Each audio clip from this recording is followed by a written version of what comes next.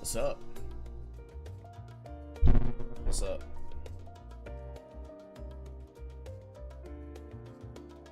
Roll quests.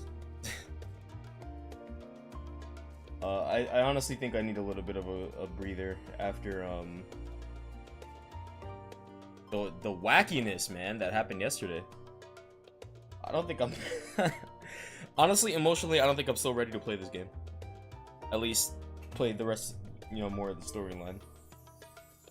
I kind of just want to do dungeons, man.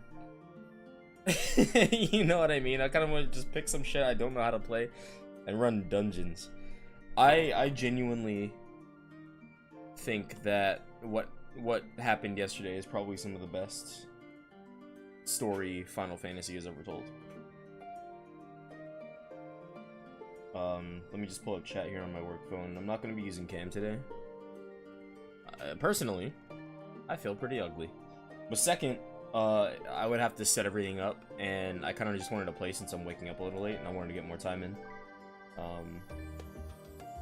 It's a cool nappy bye after I got home from work, so. Alright. Let me get the ceremonial mellow yellow open. Oh god, I'm sorry. I'm still on tired brain, you know. Look, there's like a good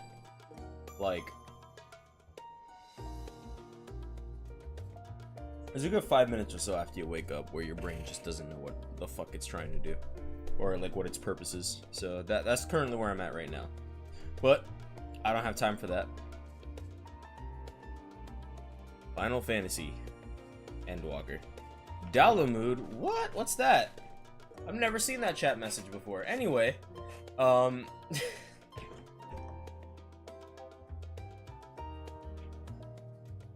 again, I had it installed to remove cutscenes. Actually, I don't think I explained this on stream. I had it installed to remove cutscenes. I currently do not use it for literally anything, because now I'm current as far as content. Well, not current, but, you know, I don't have to, like, change the title screen permanently and hide cutscenes. So I'm literally not using it for anything. It's just, like, installed on my PC, and I haven't gotten rid of it. So, yeah. I'm not a modder. I'm looking at the camera like it's on. I'm not a modder. I don't believe in mods necessarily, at least my own use of them. But yeah, now that I'm in Endwalker, I could probably just uninstall Dalamud, because I'll have no use for it.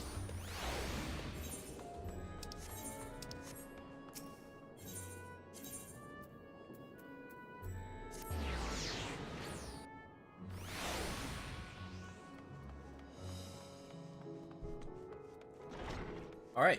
God damn it, the quests aren't here. I keep forgetting that. What role quest do I want to do today? Which one do I want to do first today? I don't know.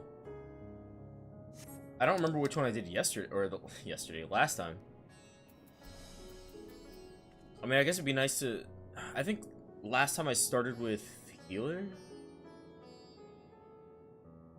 I guess I could start with one of the other ones. I could start with like Bard or something, right? Because how did I do it before? I started with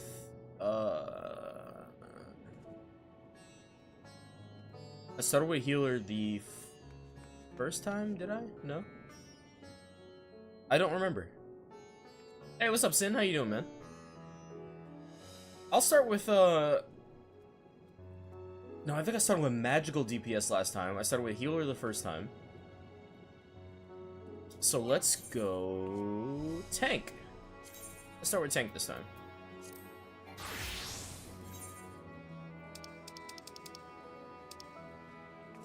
And tank starts in Alamigo. Did I start with tank last time? Fuck. I don't remember. No, tank starts in Gridania. What am I doing? Where am I going?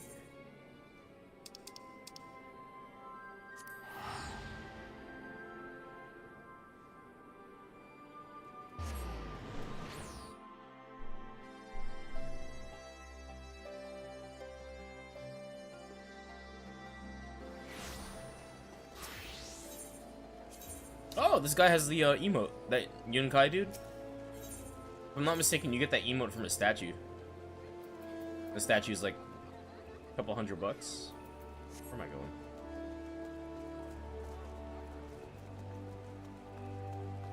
Whoa, what is this? Is the event already up?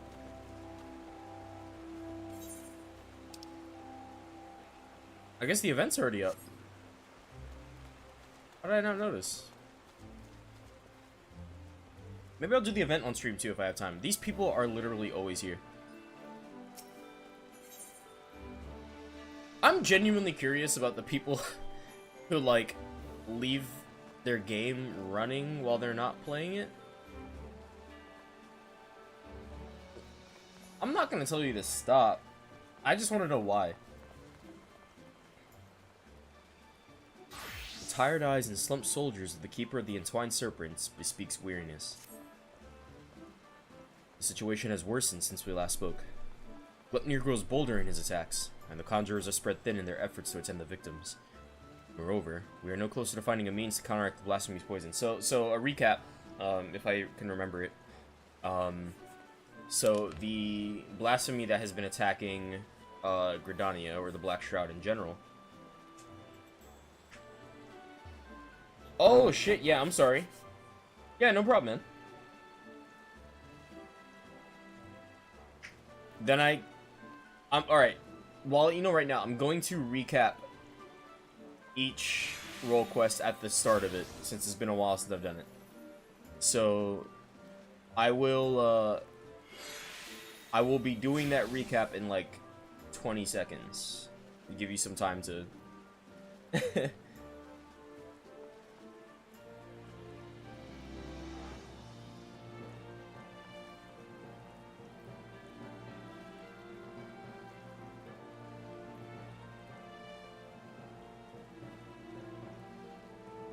Yeah, no problem, man.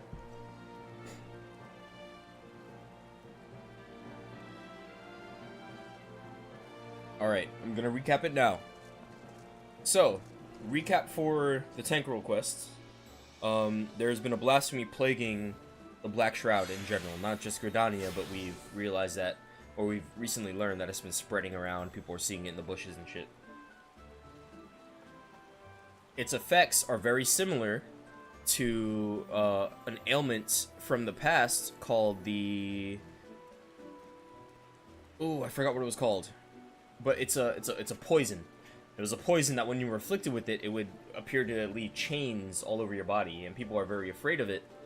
Turns out that the cure for it was a potion, so we thought maybe, okay, if it's a similar ailment, maybe we could use the same cure as last time, but that did not work, and we are still losing people to this thing. The last quest, we talked to Raya O. Was it Raya O? No, Connie Senna. Connie Senna decided that she was going to go around and see directly what her people needed as far as assistance or help. Because there's the outpost in what is it? Not South. Is it South Shroud? I think it's South Shroud. Where Quarry Mill is, that you know, outpost in the Quarry Mill teleport. She hasn't seen these people in a long time, so they're starting to lose faith in her. So she went around and talked to them, and it actually helped. And she learned that she has to be more active in her role as leader of Gridania. Well, some people were about to leave because they didn't feel safe, and they ended up turning as well. And we had to stop one of them, I think, or two of them. So after that, we came back here, and with Kane's new conviction, hopefully we can, you know, save the forest. So, the situation has worsened since we last spoke. Gluttony grows bolder in his attacks, and the conjurers are spread thin in their efforts to attend the victims. Moreover, we are no closer to finding a means to counteract the blasphemy's poison. With no choice but to wait until death claims them, some are overwhelmed by hopelessness, becoming mad beasts that lash out at their former countrymen. Such tragedies all too easily beget further tragedy, as bereaved loved ones are in turn overcome and share in the same horrid fate. The people speak of these incidents in hushed whispers, afraid that at any moment a monster might appear within their midst. So, I can't say if we could find a cure. We know there's no cure. The cure was not the cure. So, yeah. We must find Glepnir. Indeed. Let us hope that the Elder Seedseer's efforts to enlist the aid of the elementals are successful. Oh, I forgot about that. She was worried about talking to the elementals until her new conviction. Then she was like, oh, fuck me, you know, I will talk to him. And that united, we may at least cleanse the 12's wood of this evil once and for all.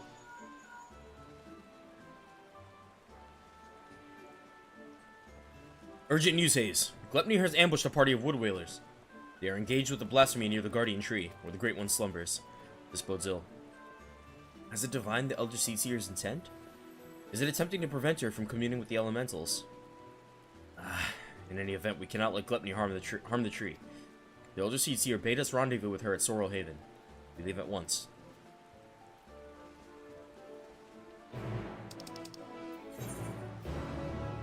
Alright.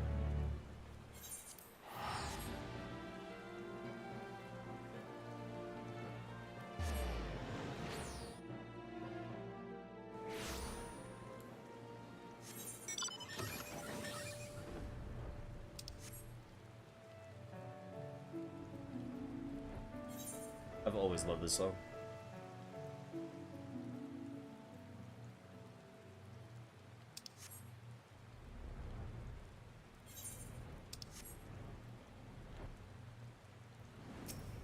Alright.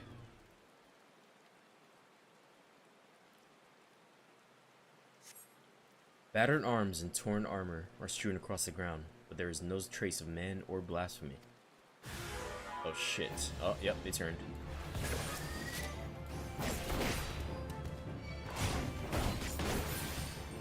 Let's see if I can practice the, my U button a little bit. I actually don't remember where or what they were. Oh no, I think I was theory crafting more than anything. I don't think I have that button yet.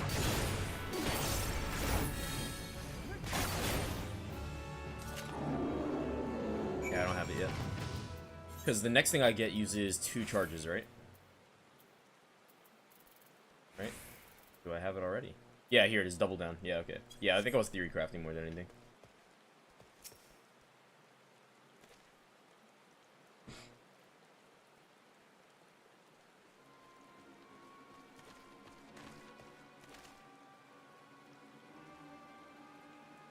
I see. I think I know what happened here, though I pray that I am wrong.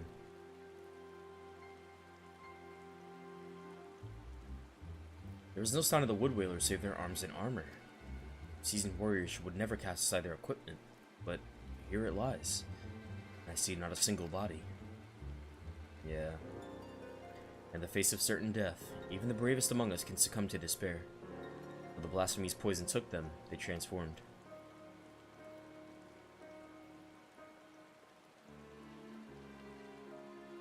Glepnir could not have gone far. He may be watching us even now. So legit, I'm scanning the background. They like to do that shit. Be on your guard. The air is thick with corruption. If the wood whalers succumb to a man, then we can expect a hard fight. Though I dread the thought of hurting our brave soldiers, we cannot allow the creatures they have become to roam free.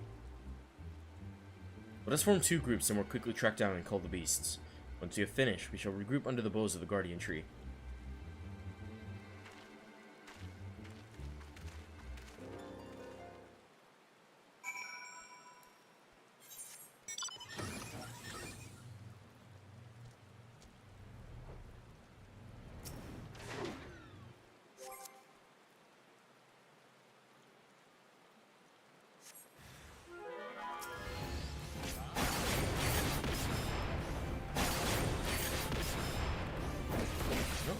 Keep the combo going, I guess.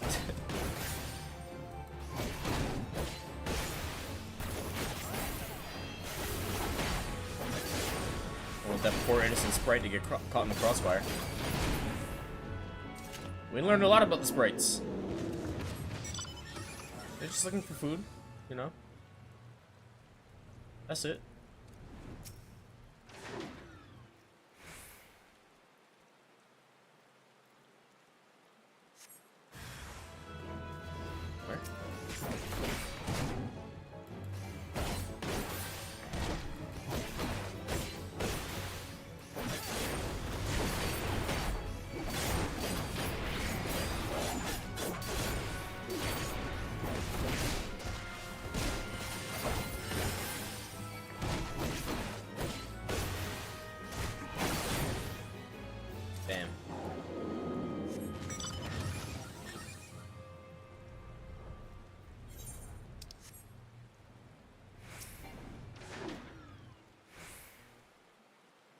You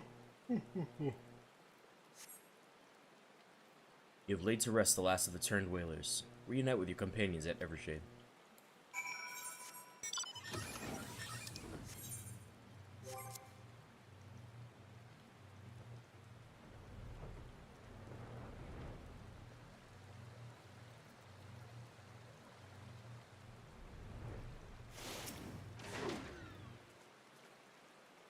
Alright, what's gonna be the twist? I know there's gonna be one.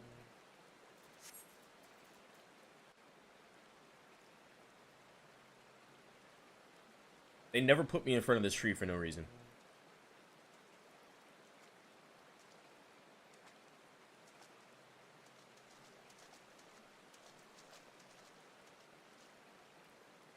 Our work is done then. The loss of so many brave souls is tragic, but now they are at peace, and the guardian tree is safe.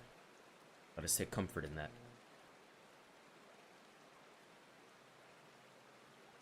But I but pray that the Great One will hear my plea. Worth a shot.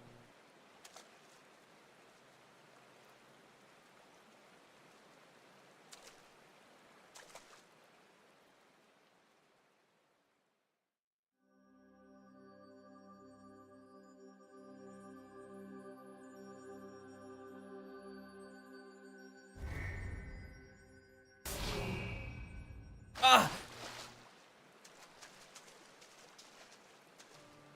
Elder Seatsier, are you hurt? The Great One is filled with fear. An all-consuming fear unlike any I have ever felt. It spoke unto me, and its words were clarion. Drive the evil away. Drive the evil away. Ooh, I wonder if the Great Tree is at Endwalker too. It can think of naught else, so it will not receive the aid we seek. Not until we can dispel the dread that claws at the forest's very heart. Oh, that'd be kind of cool if all the elementals are Endwalkers. Right? Because, like, the flower, right? The flower is an inanimate object. It definitely can be one. No. This is our last hope. I actually had a theory today. I'll talk about it in a sec. Some of my coworkers play, and I get to bounce theories off of them.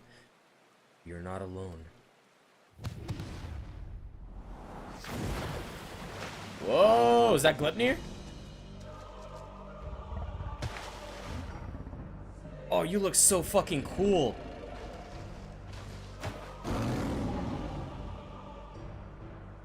There can be no mistake.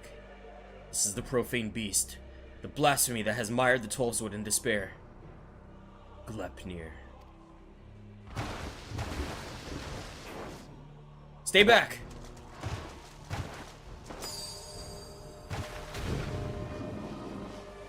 It makes for the Guardian Tree. We must stop it.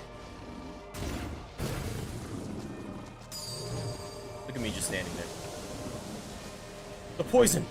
You mustn't let it touch you! Such fearsome strength.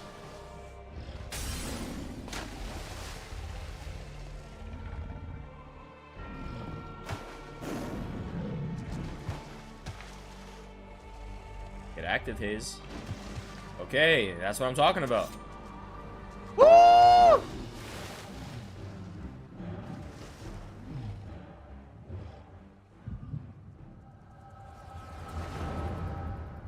I'm gonna see it. Okay.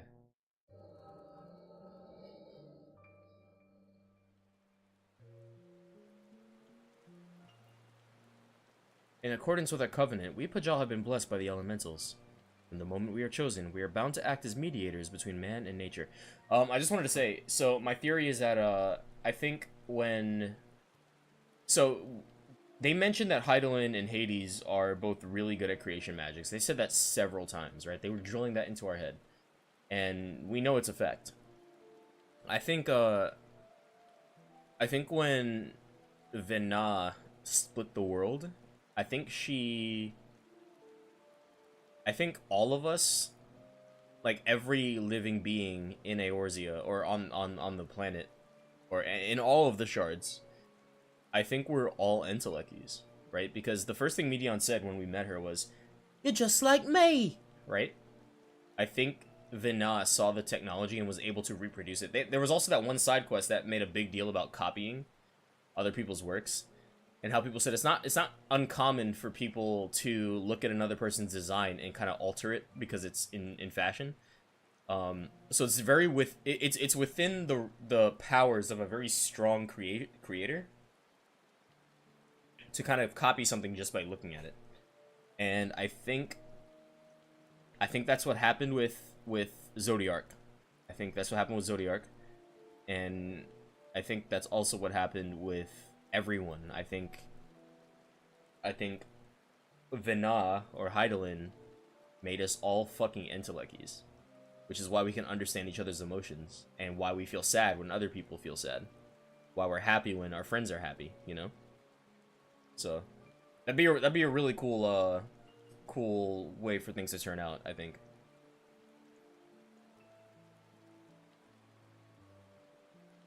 In accordance with our covenant, we Pajal have been blessed by the elementals. From the moment we are chosen, we are bound to act as mediators between man and nature.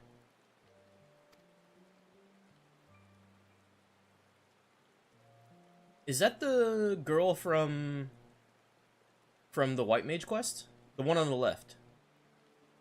The most skilled among us are honored as seed seers, and it is their duty to guide Gridania through times both poor and prosperous. I cannot say which of you will be found more worthy. In my estimation, you both have the potential to become seed seers, but that I become more certain by the day.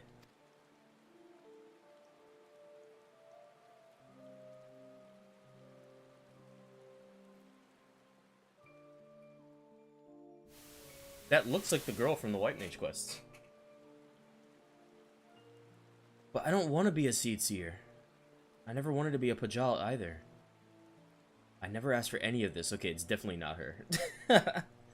Because by the end of that quest line, she learns to love herself and she wants to learn light magic because she was trying to save her mom. Why can't I live a normal life like everyone else? How come I don't get to grow old? Why was I cursed with these ugly horns?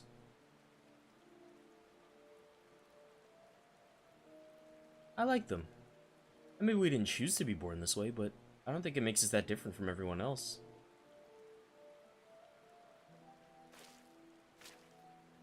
It's a rare gift. A blessing, even. And if we can use it to help others, then we should.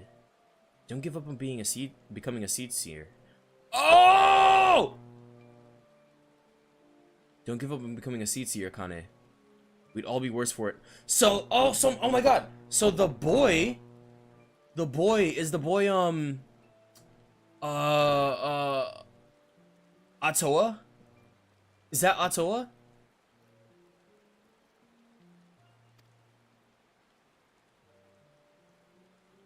A blessing? I never thought of it that way. I suppose I hated not having a choice, but maybe you're right.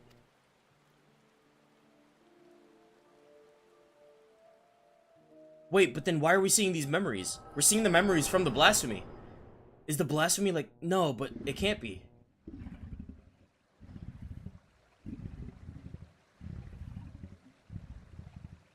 Right? Atoa died a long time ago. Con...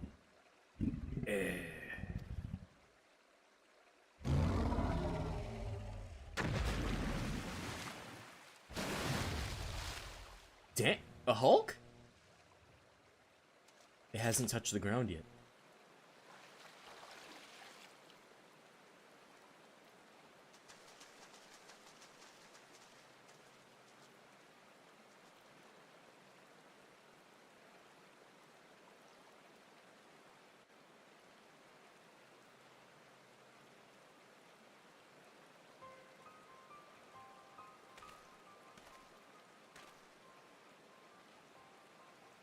The matron is merciful. The elder seedseer has fallen unconscious, but is otherwise unharmed.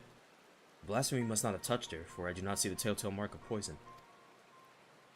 Still, I am no healer. She should be looked after by those who are. I shall carry her back to Gridania. Must leave before Glepny returns.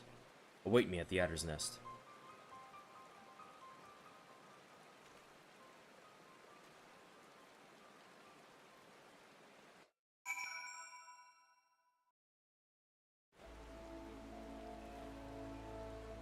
Wow, interesting.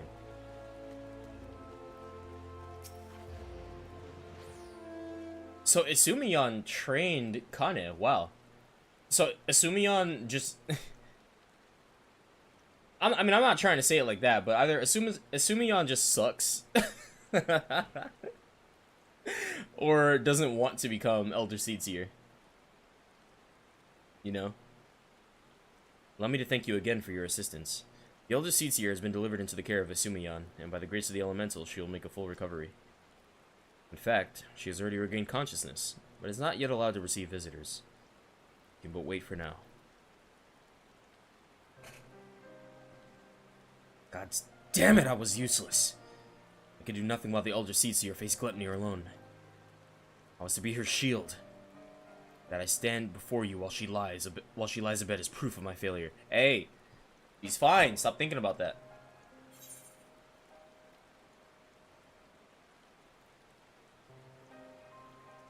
She wouldn't have wanted you to throw your life away, man.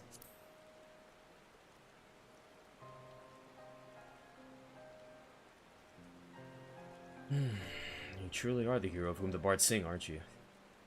You suffer terrible trials, yet still you stand tall and resolute. Thank you for your counsel. How close I came to forgetting the lessons of my past. I've spoken of it to few, truth be told. It brings me shame to recall it. Whoa. I fought at Cartino. Not as a soldier of the Eorzean Alliance, but as a conscript in the Garlean Imperial Army. Okay, so this is some 1.0 shit. Clad in armor and magitech. Another drop in the sea of pitiless metal. You grow numb to the violence and the killing out of necessity. It becomes routine. Work to earn your next meal. Then the moon shattered and the dragon emerged, and when the dust had settled, was another body clinging to life amongst the fallen.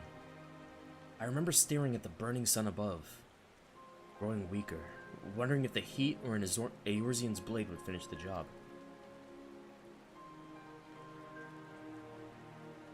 But it wasn't death that came, but salvation. I was delivered from my well-earned fate by the Elder Seedseer. She deigned to save a man who once bared steel against her people. Her kindness didn't end there. Once my wounds had healed, she welcomed me with open arms. Never did she regard me with distrust, nor did she ever make me feel obliged to repay my debt. She fought not to take life, but to safeguard it. Through our friendship, I came to see the wisdom in that distinction, and pledge my remaining years to her service. It would have accomplished nothing to throw myself against Gluttony in vain. Even if there was profit to be found in the sacrifice, she would not abide it. Her words serve to remind me of this. We will defeat the blasphemy, aye, but we will do so without forsaking that which we hold dear. This I swear. My man. My man, I need a ride or die like that, man.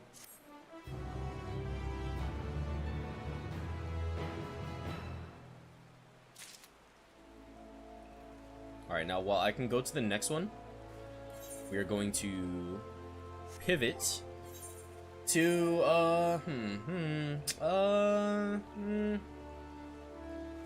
let's go see what's happening in Doma. I'm always going to do the ninja one last. Let's go see what's happening in Doma. Did I do Doma second last time? I think I did. Alright, now I'll do healer this time.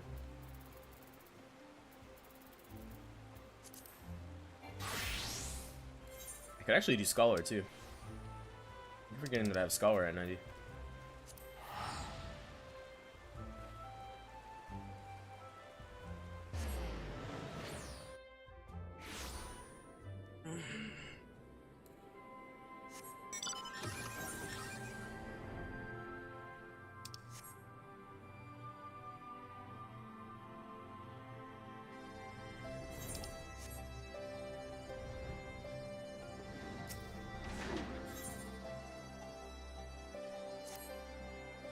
Here to see Commander Alden, I take it. This way, please.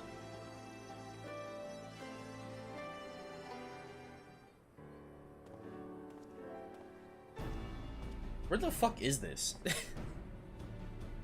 Our request for an audience with the Sultana has been accepted. Before we depart, I'll share what we've learned since we last spoke. Blasphemy continues to elude us, all while driving others to succumb to despair in turn. Even with Alamiga and Ildan forces searching for signs of the beast and more potential victims, we've yet to discern a pattern in the chaos. Nevertheless, if our blasphemy is like others, its behavior is likely dictated by the passions and regrets of the man it once was. Therefore, any information concerning him and the life he led may help us track it down before it strikes again. We don't want people to shun the families of the skulls any more than they already are, but the fact remains that the vast majority of the beasts have been born from them. They're the ones at greatest risk of turning, without question. Verdola concerns me too. She came close to transforming once before, so I think it might be best if we keep her out of this after all.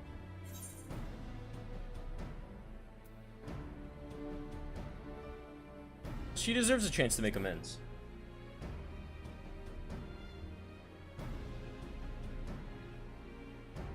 I'm inclined to agree with Hayes. She was able to resist the transformation and has shown no signs of succumbing since then. If she wants to do her part, I say we let her. She didn't resist without our help, though. I'm not saying Verdola shouldn't be there fighting. I'm just saying that if we weren't there, she might not have resisted.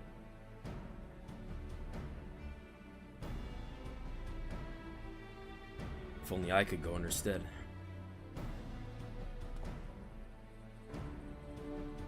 Actually, I was hoping you'd come with us to meet the Sultana. I believe she would benefit greatly from your understanding of the struggles our people face. You'd gain from the experience, too. While she's not the sort to brandish a sword and charge in a battle, you'll soon discover she's a champion of her own arena, as brave as any warrior.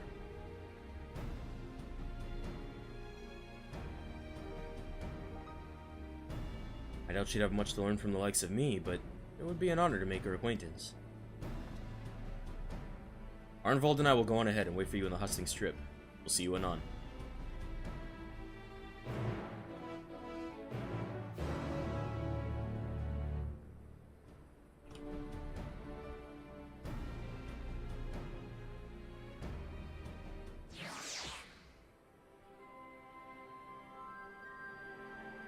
In the air? Is that a world boss? No, I've already cleared it.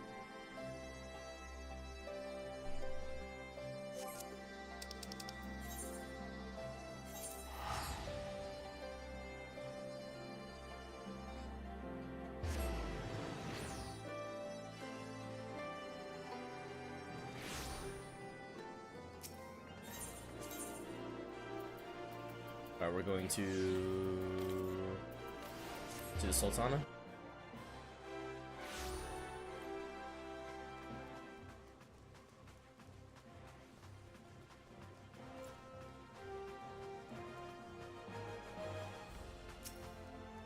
It's the first time I've been back here since I discharged myself from the infirmary without telling anybody, mind. I must remember to stop by and offer my thanks. An apology. Papa Shan! I only let her out of my sight for a moment. Master Papa Shan was just telling us that Nanamo, or should I say Lady Lilira, has gone off on another one of her jaunts about the city. Though it is not my place to question her Grace's judgment, I do wish she had consulted me before running off on her own. Perhaps I'm overthinking it, but it's unlike her to keep guests waiting. If I may say so, sir, with blasphemies appearing throughout the land, it's a dangerous time to be going for a stroll. I suspect that may be the very reason. She wishes to see for herself how the citizenry fare in these trying times. Even so, it's downright reckless. We'll find her, though. No, I couldn't possibly allow such esteemed guests to... Come now. You might be here on official business, but we're old friends. And as you may remember, I have a knack for tracking down errant sultanas. Some might say that knack is a rather charitable... I should be glad of the assistance. I'll take a look around here. Quizzing the locals will give me an opportunity to learn of recent going-ons in Ul'dah too. Well then, there's no time like the present. Fear not, with me on the case, this will be over before you know it. Like, How do you find her so fast when you put out cheese?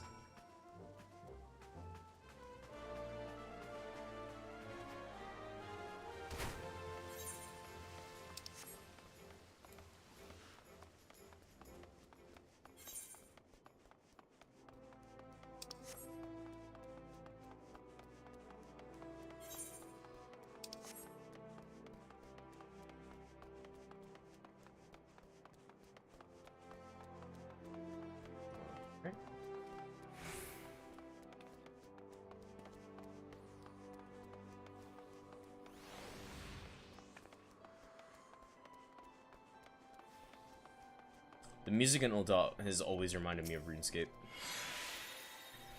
Been some time since I last combed these streets for young Lilira. As a matter of fact, Papa Shan and I would compete to see which one of us could find her first. As I recall, most of the contests ended in my favor. The trick, you see, is to look past the disguise and pay attention to the gestures and mannerisms. The tiniest movement that might give her away. Come, I'll show you how it's done. Alright, after you.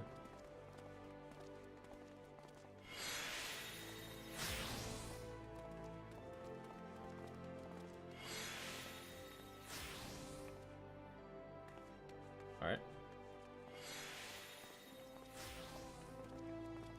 I think that's the same cell that we found her in. I like how this other player and I like we're escorting Roban together.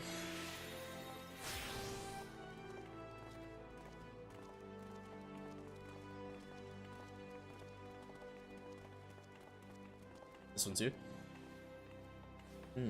She's not here. Where could she be? What if she's been abducted? Hey, buddy. In one of these pots? Perhaps not. What is this? Looney Tunes? Man, find her!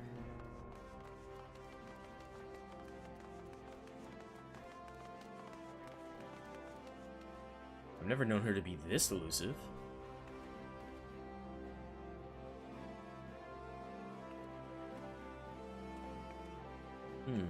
That's odd. I tried all her usual haunts, so unless she's hiding inside a barrel or something equally nonsensical, she must be elsewhere. Gods, why does she choose now of all times to run off? Unless she's been abducted, or run afoul of a beast.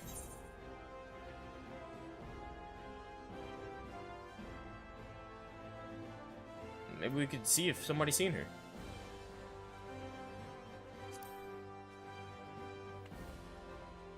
I was about to suggest the same. We'll find her a lot quicker if we start by narrowing down who we're going to ask. I'm gonna think of it, something Papa Shan said caught my ear. He thought Nanamo went on this excursion because of the emergence of the blasphemy and the beasts. To better understand how our people are coping with the situation. If so, she'd be driven to seek out the most desperate and destitute. Pearl Lane. Yep. And I ask you to lead the way. I'll admit my ability to track missing persons may have dulled somewhat. Pearl Lane has ever been plagued by pickpockets and the like. I'll watch your back, so go ahead and give the search for Lilira your full attention.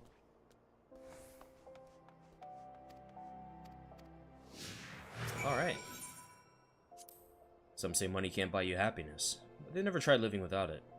Those who call Pearl Lane home never had the luxury of choice.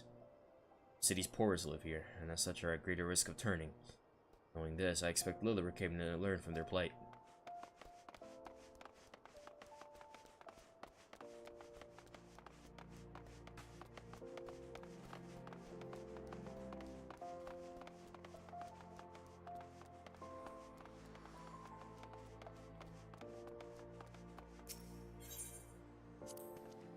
While it may not be immediately obvious, conditions here have improved considerably of late. Grace continues to support the rebuilding efforts in Garabania, which has led to the creation of jobs for many of the locals, both here and on the other side of the Balesir as well. Garabania, it's Albania. So, what's really cool is that, there's a, I thought they would go into it.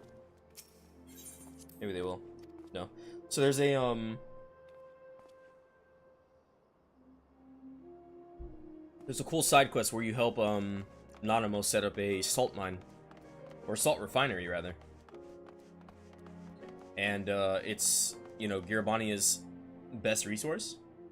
And it sets them up to make their own money. And then that money, right, as a result of going through, Is it? It's not Lolorito. I think it's Teleji. Teleji? Whichever one is still alive. I think it's Lolorito. Going through him and East Aldenard, right? And then Nanamo. Basically, the thing is that, like, the salt mines make money, right? So the people of Garabania have jobs. The money goes to the Sultanate, or the, you know, the leaders of Ul'dah. And then, I think it was, like, she uses her cut to put back into, like, helping people that require money. And then, you know, Lolorito gets bank, or something like that. It was a really cool side quest about helping the, you know, the people who have been free to, like, actually earn a living and not be destitute and whatnot. In every society, there are the haves and the have-nots, and seldom is this divide more sorely felt than here in Ul'dah. Many of the young and able-bodied work for Lolorito as guards, though he earns more in an afternoon than most will in a lifetime. Wow.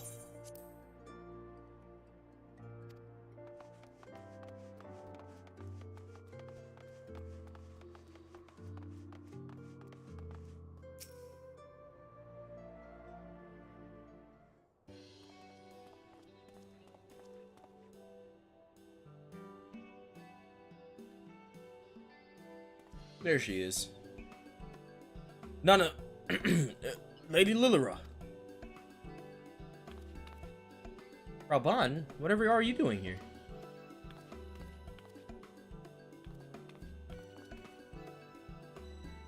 And Hayes too. I am glad to see you both. Our meeting is not yet due to commence for several bells. What is the meaning of this? We are worried, and with good reason. These are far too dangerous times to be roaming about alone, Your Grace. Some things never change, but I assure you, I am quite capable of looking after myself, in my own city of all places.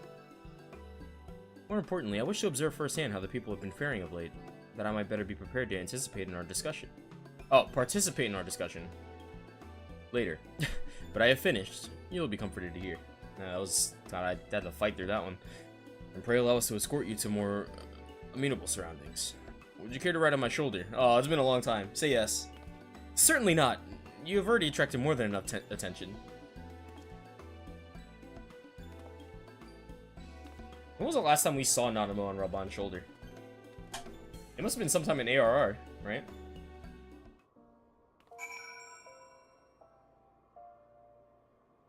Because for the longest time we thought she got murked. And then she wasn't murked.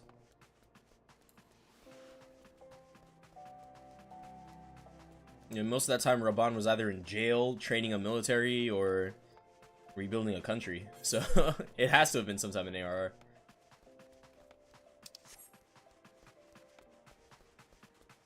Oop, not too far.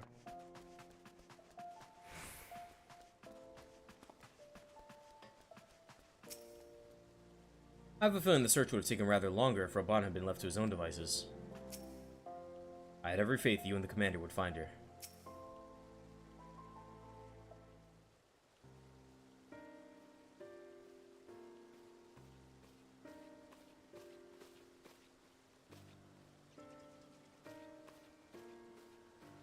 Look, I'm gonna say, Nanamo, you need new clothes. I'm sorry. How do you walk in that? I thank you all for making the journey here during these difficult times. And it is my pleasure to properly make your acquaintance. On behalf of the people of Eorzea, allow me to express my sincerest gratitude for your continued dedication to our cause. With respect, Your Grace, I'm just a soldier.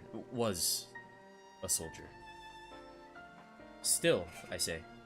Commander Alden would not make such a distinction, and neither will I. You have served your people, and have provided solace to many of Ala Mhigo's most vulnerable. If we are to deal with this threat, we must forearm ourselves with knowledge. I understand you come bearing information regarding the blasphemy and its victims. We have indeed.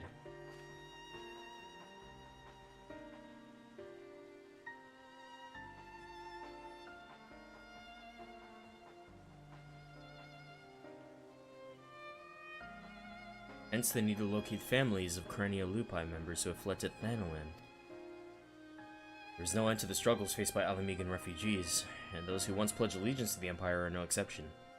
But rest assured that irrespective of their pasts, all will be treated with an even hand. All will be afforded such aid as I am able to provide. Magnanimous as always, Your Grace.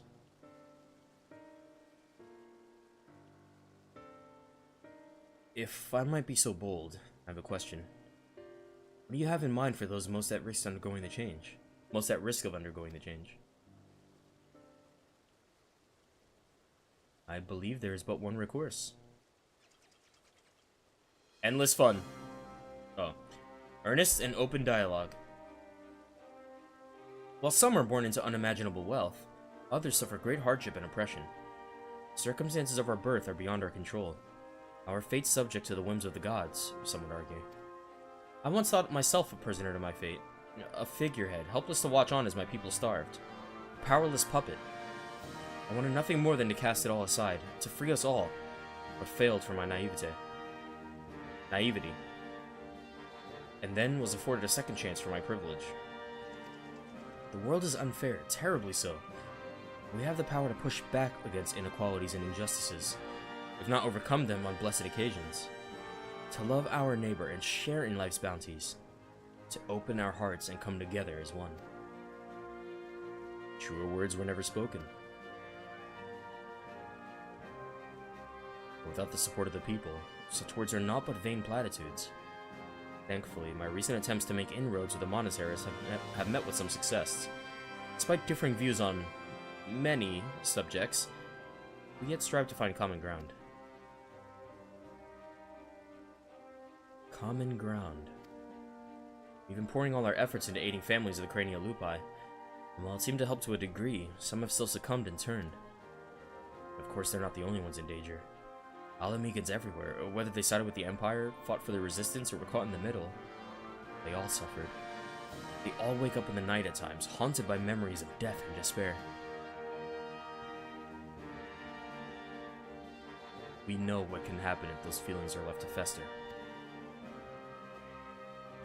The legacy of the Imperial occupation will not soon be forgotten, but rather than seek to forget, mayhap it is necessary to remember, to acknowledge and accept the truth of it, that they may properly mourn those they have lost.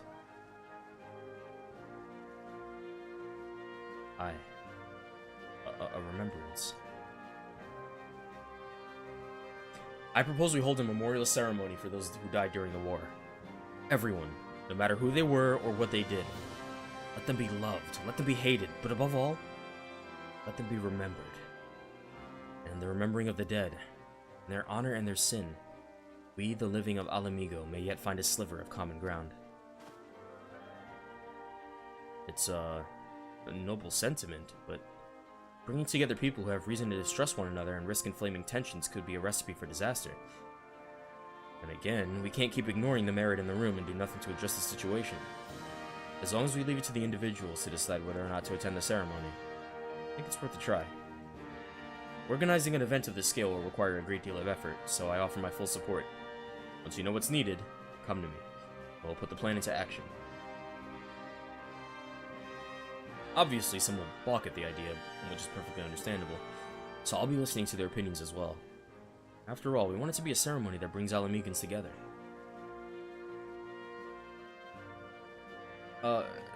And I was wondering, Your Grace, if I might ask about your approach to, well, talking to people, winning them over. As you can tell, I'm no politician, so I'd be grateful for any advice you could share with me. I would be delighted to. As a matter of fact, I have a number of matters I wish to discuss with you. And on that note, I suggest you and I return to Alamigo.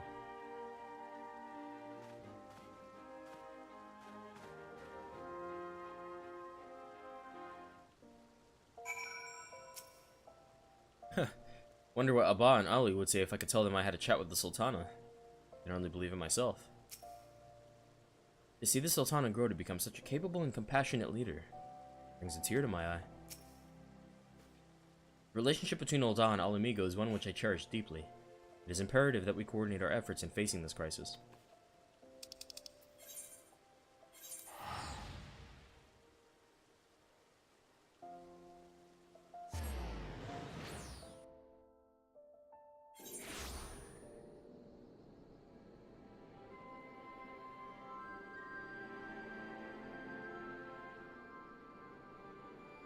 Sorry about that.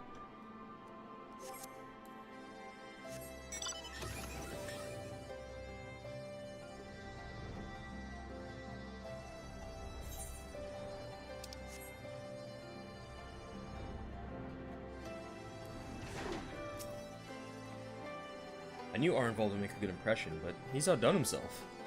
Not only has he found a new avenue in life to explore, he's taken to it with considerable aplomb. And while his proposed memorial ceremony is bound to have its detractors, I have faith that many will come around.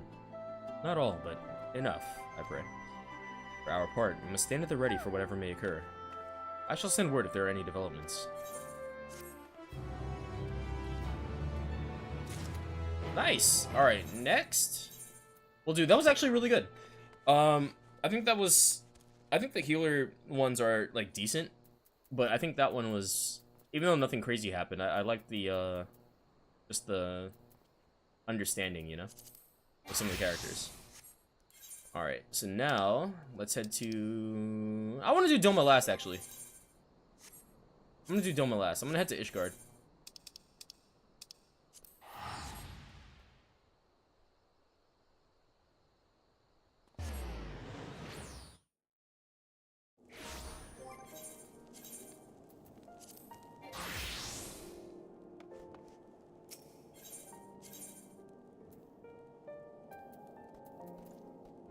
Or is it? It was Forgotten Night, right?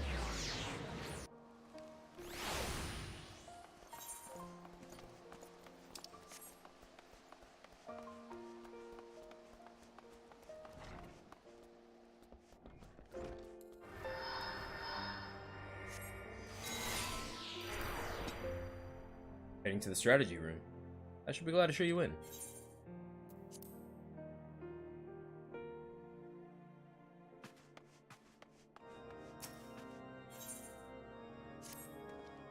Hayes, excellent timing as ever.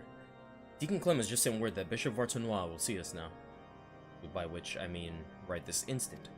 It's extremely short notice, I know, but it would not do to miss the opportunity to learn how he and Vaingero may be connected.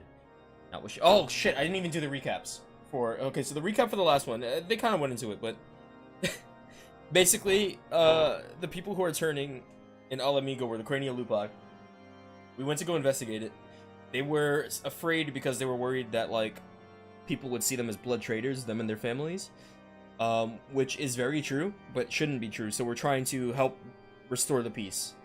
That's what's happening. And then, you know, Fordola almost turned. We saved her. But that's pretty much all that happened. Basically, we're just investigating on why the Crania Lupi are turning and trying to reconcile it. Recap for this one is, there was a... So the church, the people of the church are turning, right? Because they're worried that now that it came out that the church was almost a farce, you know, what do they believe in? Do people hate them? Do people think they were manipulating them the entire time and they don't feel safe in their own country? So a lot of them were living as refugees out in the wilds, you know, in the cold. And, I think we were investigating on why that was happening. The blasphemy was like a giant dragon based on Fafnir. And Vaingero was a member of the, he was, one of the knights. Vaingero was one of the knights who turned, I believe. He might have been an ex-knight, like, he might have carried the name, I think is what they said, but he's not Vaingero anymore, or something like that. Or... But, regardless, Sir Vaingero, I think he's the current Vaingero. I could be mistaken, but he turned. And the only word he uttered was the word of the current bishop, the current highest bishop. So we're gonna go talk to him to see if we can learn anything. But yeah, we're basically just trying to figure out why... Or we're trying to figure out where this dragon is so we can slay it, but in so doing, trying to kind of look into the minds of the church post-Dragon Song War. Now, wishing to keep his grace waiting, Lord Aymeric is already on his way to St. Raymondo's Cathedral. Come, let us hurry there ourselves.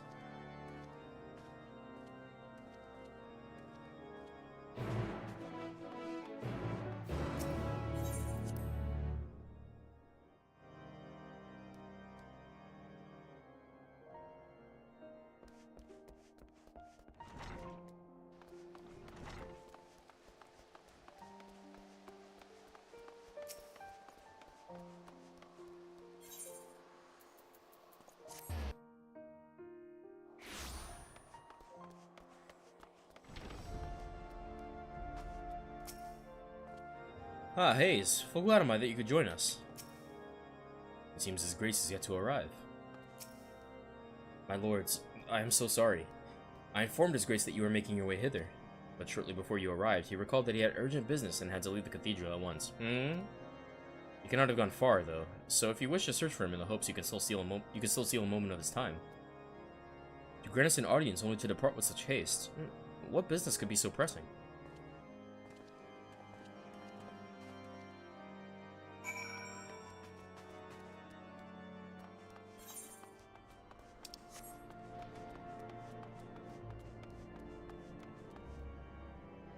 Is that them down there? I think it is.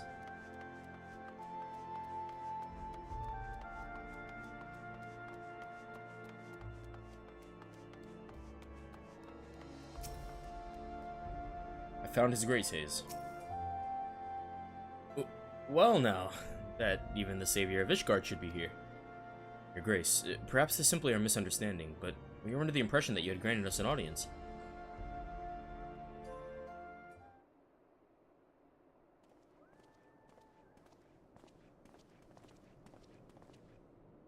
Lord Speaker! Rest assured, I was just about to return to the cathedral. There is no need, Your Grace. This will not take long. As you may have heard, we are investigating a young man named Vaindreau. Is he known to you? No, I cannot say he is. With the exception of the former... Fuck off. With the exception of the former Archimandrite, I am sure I know no one by that name.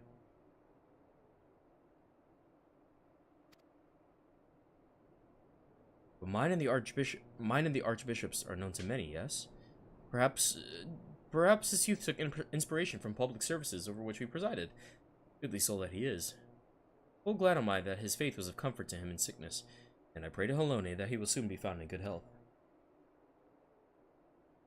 My man is... no, dude's Neo the way he's dodging bullets. Come on now. Speak to us. Now then, if there was nothing else, I shall return to my duties. Oh, here we go.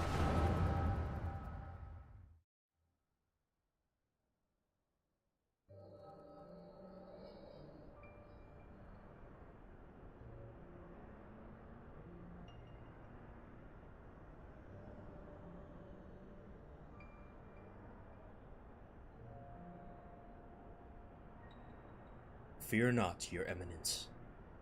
I shall carry on your legacy. You have completed the preparations as per your instructions, but are you certain this will work?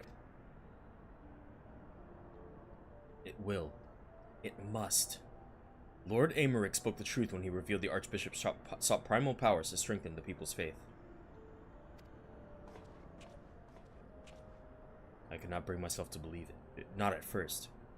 In the course of cataloging His Eminence's personal articles, I came upon this journal. His journal.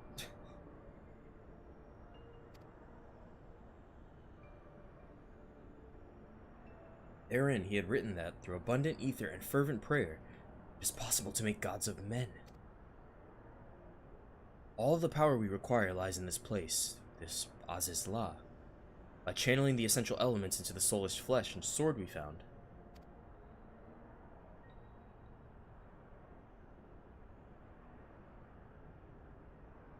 We shall summon forth King Thordan and his Knights 12. By his blessing, Ishgard shall be restored to its former glory.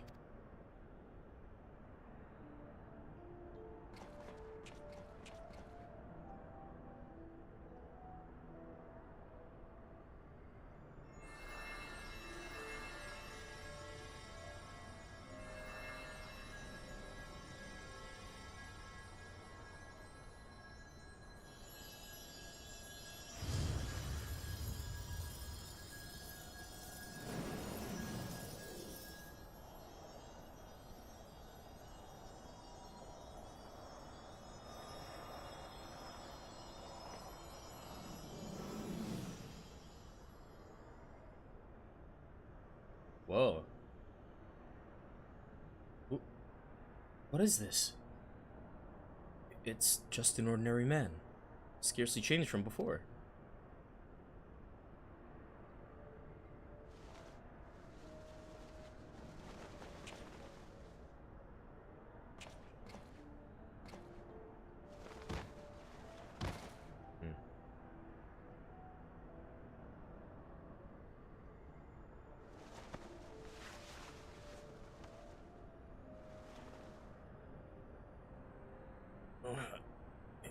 His Eminence.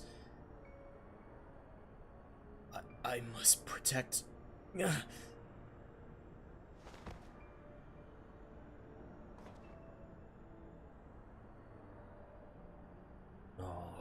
Oh, this isn't right. Confound it. Perhaps I overlooked something. I must return to the Holy See and review the journal. Your Grace, what shall we do with this thing? Leave it. 'Tis a failure without use or value. The denizens of this place will deal with it soon enough.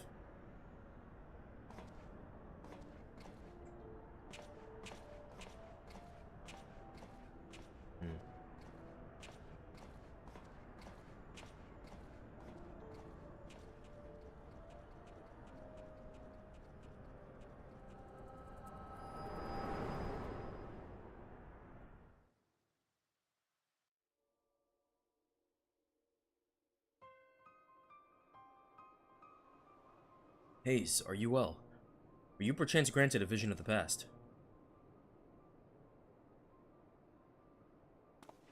An attempted summoning of King Thornton and his Knights 12. And you better start talking. You better start talking right now.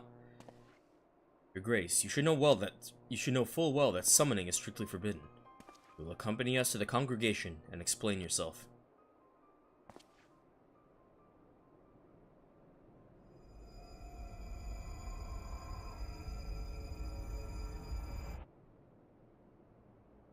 I have dedicated my life to the church, conducted my affairs in accordance with the scriptures, and taught others to do otherwise. But you took it all from us, tore down everything that defined us.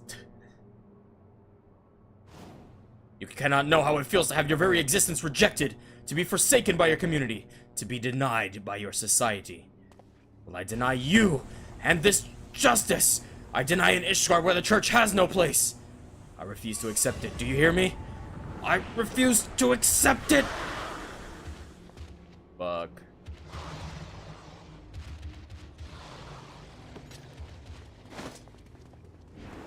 Okay! Woo! Finally! Your Grace! No!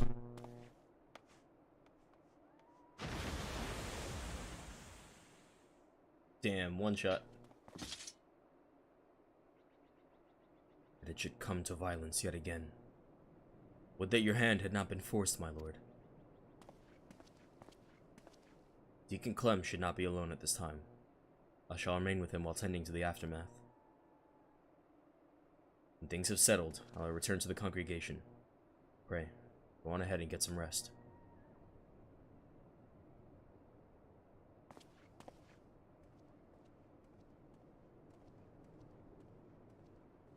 Damn, Aymeric just leaves without a word.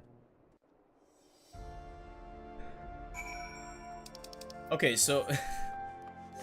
I'm not saying that the magical world quests have been boring, but they are definitely the most boring out of the set.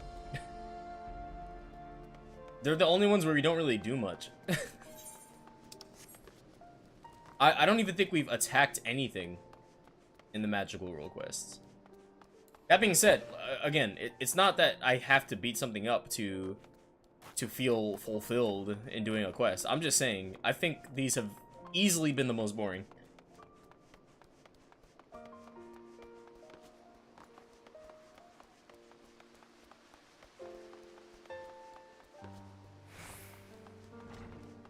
And we'll get a little bit of exposition before we get the turn in.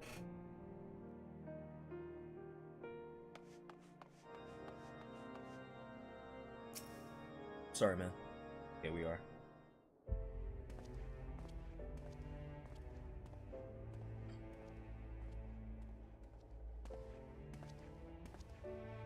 How fares the deacon? Well enough, given the circumstances. Though understandably shaken, he is more determined than ever to help his fellows. Truly, he is possessed of a stout heart. But to think that even a member of the Synod could succumb to But to think that even a member of the Synod could succumb to despair in turn. The crisis gripping the church is far graver than I had imagined. And pushing for such an abrupt separation of religion and state may have exacerbated the growing divide between the clergy and the general populace. Hayes, will you recount in full that which you witnessed in your vision?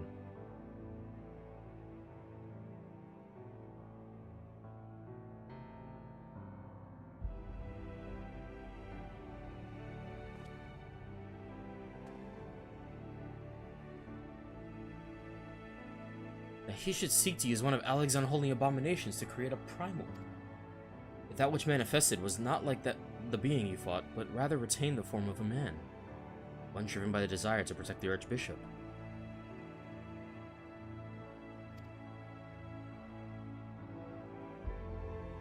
We may safely assume the Bishop did not have sufficient ether, or after Nidhogg's eye, the sword Ascalon no longer has such power. Nor does that of the Warring Triad remain to be harnessed, thanks to your valorous intervention. But if the summoning failed, how did the clone come to possess life? What purpose drives it?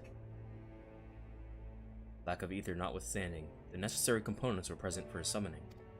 Perhaps the ritual itself was a success, and the vessel, though imperfect, arose as the champion of the Archbishop. Yet how did he come to be in the Central Highlands? You believe that this clone and the man who became the blasphemy are one and the same? Nay, I merely speculate. Yet considering what we know of the clone in Vaingero, it seemed like a likely possibility. Whatever the truth may be, it will not elude us forever. But first I must lay some groundwork for the next phase of our investigation. God's permitting, I will have news to share ere long, so pray look in on us when you can.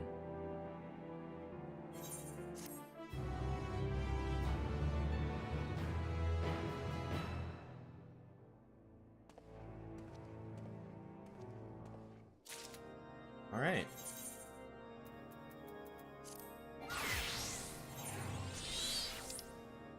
Let's head to, Doma. I have to get some more, Aetheryte tickets. I'm running low.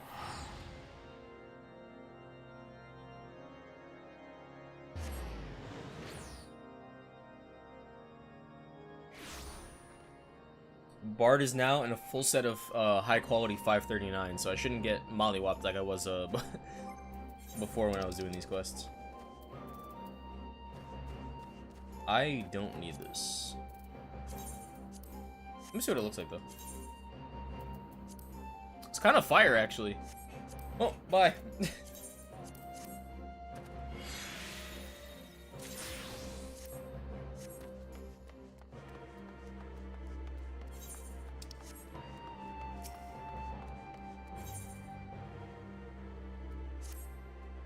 Ah, Hayes. If you are come to ask after the blasphemy, I have naught to share. As of yet, our shinobi have seen no sign of the beast. The returnees, however, are all accounted for, and Lord Hien has seen them safely to the Kiankan. As such, he is presently assisting with the hunt. For a blessing, there have been no reports of other villagers turning, and yet... Before the situation takes a turn for the worse, there is a matter I feel warrants further investigation. Kisei. Though a villager of Usari, I suspect she may, in fact, hail from my home, Sui no Sato. Knowing they would be loath to answer my inquiries, I entreated the Kojin to contact Sui no Sato in my stead.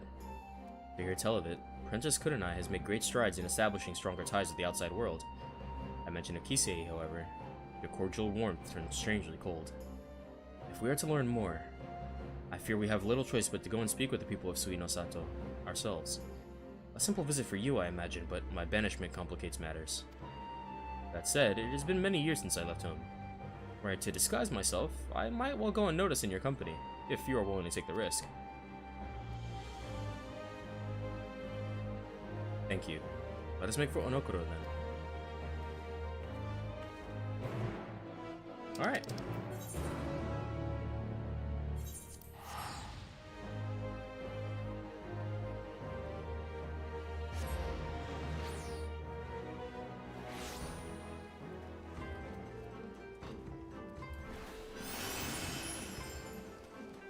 I really gotta do Heaven on High. In fact, no, I gotta get to floor 100 on Palace of the Dead first. And finish the storyline. And then I gotta do Heaven on High. I think I'm on floors 80 to 90, or 81 to 90. It's whichever floors have the stupid fire boss.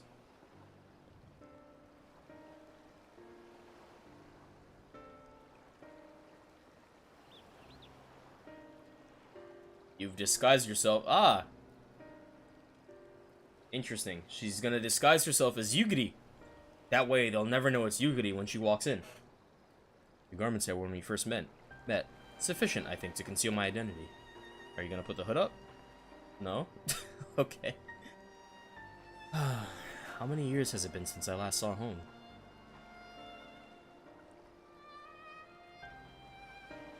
I am a shinobi of Doma, aye, but even as a child, I sought to ensure the safety and survival of Sui no Sato. I was quite bold in those days, if not a touch reckless. And together with the other children, I often ventured beyond the borders of home.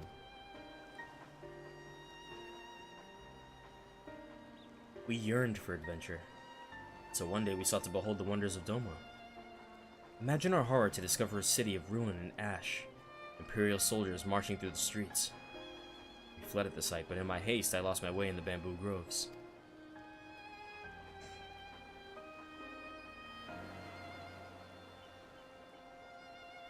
It was there I first met a young boy named Shun. A sweaty mess as he swung his wooden sword with reckless abandon. Training to fulfill his duty as a samurai, he said. Having seen the destruction of which the Empire was capable, I too felt the need to protect my home. I joined him in his exercises, and every day my resolve to protect those I love grew.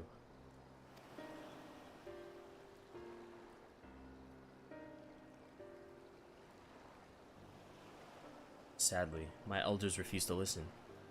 They were content to remain hidden beneath the waves, and hopefully the Empire's notice. With a heavy heart, left in search of the strength I believed we sorely needed. I found it as a shinobi. The people feared war and conflict would follow on my heels should I return. I do not begrudge them from their decision, nor do I regret mine own. Part of me is overjoyed at the thought of seeing home again. Openly defying the wishes of the Ruby Princess, however, would bode ill for my family. They have suffered enough for my transgressions. That is why, for their sake, I would remain naught but a faceless shinobi at your employ.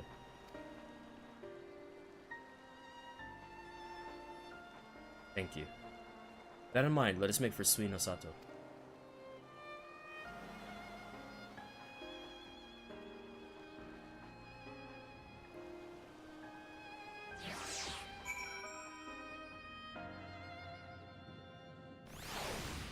Oh, okay, she is gonna put the hood up. All these years, and naught appears to have changed since the day I left. But now is not the time to reminisce. We have work to do. Kisei's departure from Sui no Sato was likely decades ago. Perhaps the village elders will know why she chose to leave.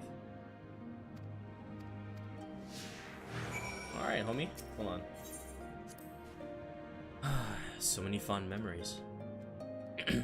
Pay no mind to my idle musings. Lead on. Honestly, I feel like it'd be kind of nice to live here. Are these houses on the outside of the bubble? They are. Then what the fuck's the point?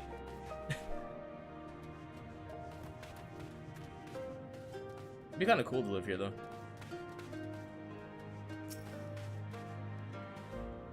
Kisei? The name sounds familiar, and yet... Apologies, my friend. My memory is not what it once was. Let us seek out another.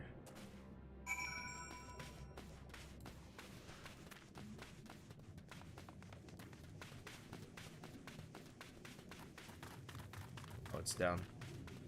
Oh!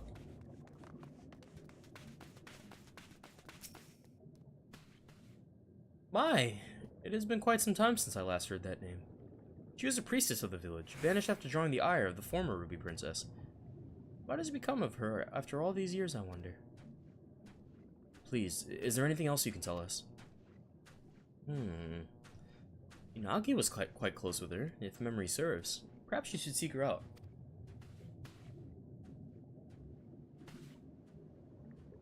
Mother. I had hoped to avoid my parents, but if there is no other way... Hayes, might I ask you to take the lead? Absolutely.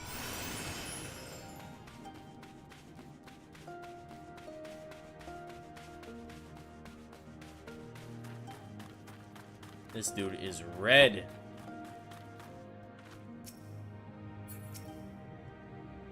I say, are you not the adventurer who aided Yugiri in Doma's liberation? 'Tis good to see you again. To what do we owe the honor of your visit?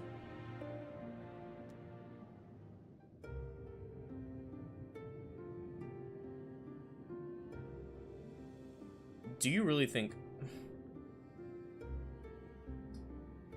This is gonna be hilarious to me. Yugiri really thinks her parents are not gonna notice her mannerisms. There's no fucking way. There is no way. Kisei... Yes, we were close, but that was a long, long time ago.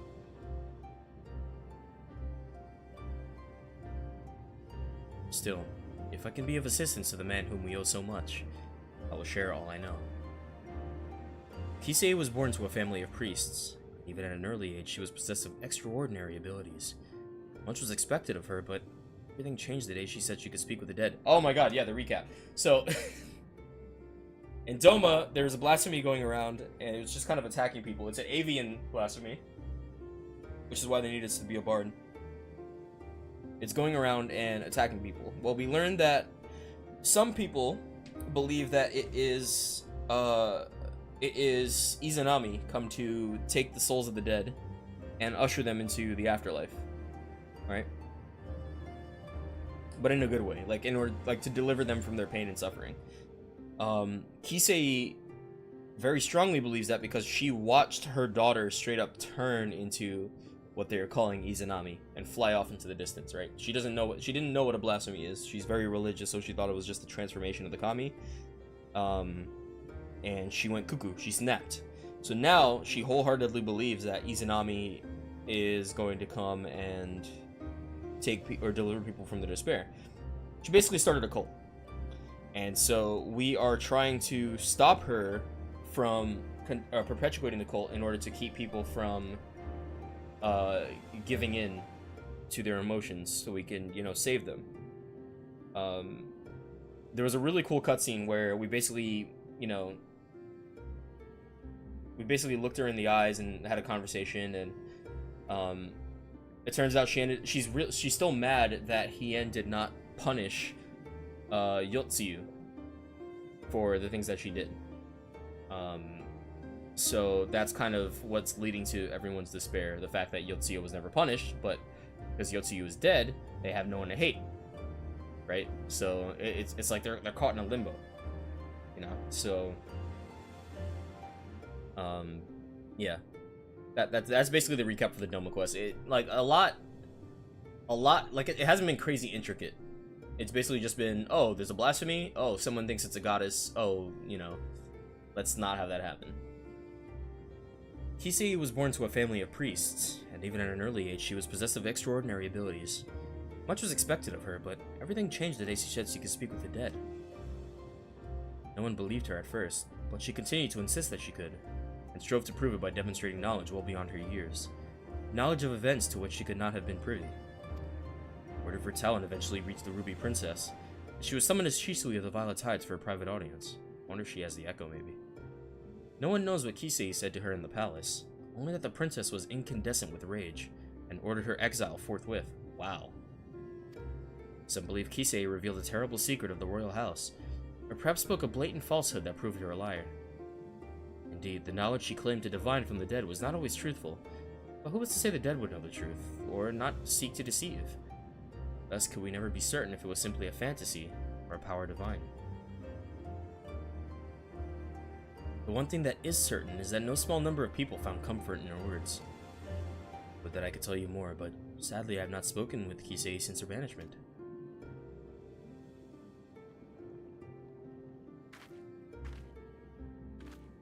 Oh my god, now you're just gonna give it away. Forgive me, but have we met your companion before? She looks familiar. See, I told you. That's your fucking parents. They're gonna recognize you, man. I believe this is the first time our look, Yugiri, I got you. I got you, but those are your parents. They're gonna know it's you. I don't even have to say it. I believe this is the first time our humble shinobi has visited Sweet Nosato.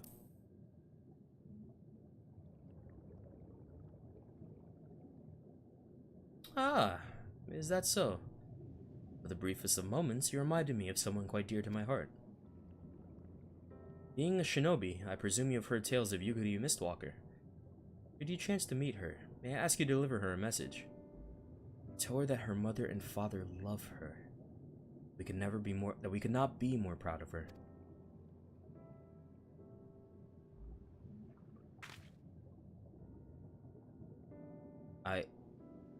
I will. I have no doubt she feels the same. Not a day goes by without you in her thoughts. Okay, well, if we're just gonna give it away, you might as well take off the hood.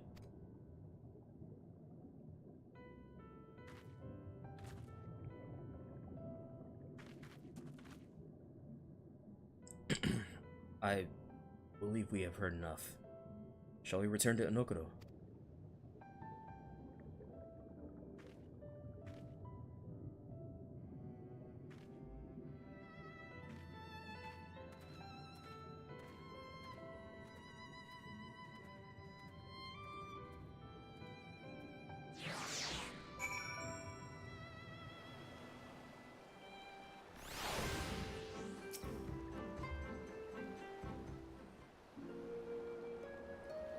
My apologies for placing you in so peculiar a situation.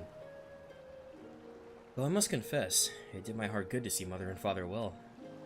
All the more reason I must do all I can to keep the peace. As a shinobi of Doma, no.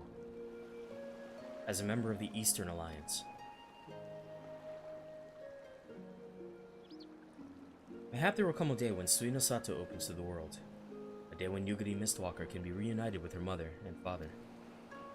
But that Lord Hien could be afforded the same opportunity. The Lord Cayenne and Lady Mina have long since passed. Two of too many lives lost in the Imperial occupation.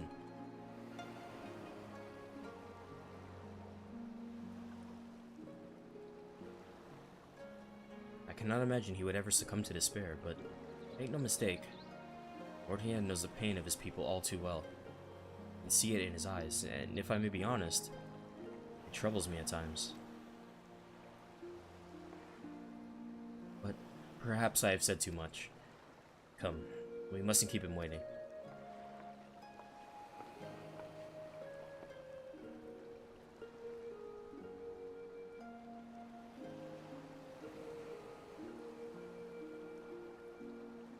You know, I would love to see, genuinely. I mentioned this a little bit yesterday. I think, like, some characters' storylines would work really good as single-player games.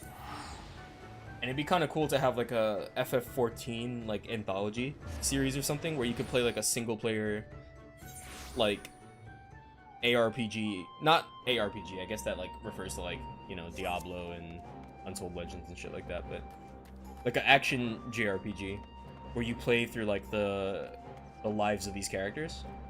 I think that'd be kind of cool. Like Yugiri alone, I think she could have like a really strong one. Vina, I think, would be a really cool main character for one. Let me just go off the list. Vina would be a really cool one. Yugiri would be a really cool one.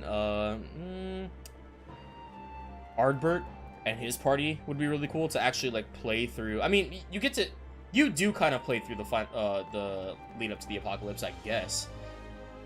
If you do all the role quests. But, like, to have a game as, you know, the destruction of the first...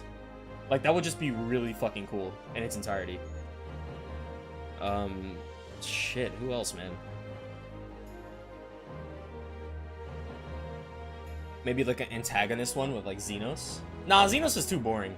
Xenos doesn't do anything. His whole character is that he just stands still. For a blessing, Inokuro appears to be untouched by the recent chaos. Or for now, at least. Welcome back. I trust your journey proved an enlightening one.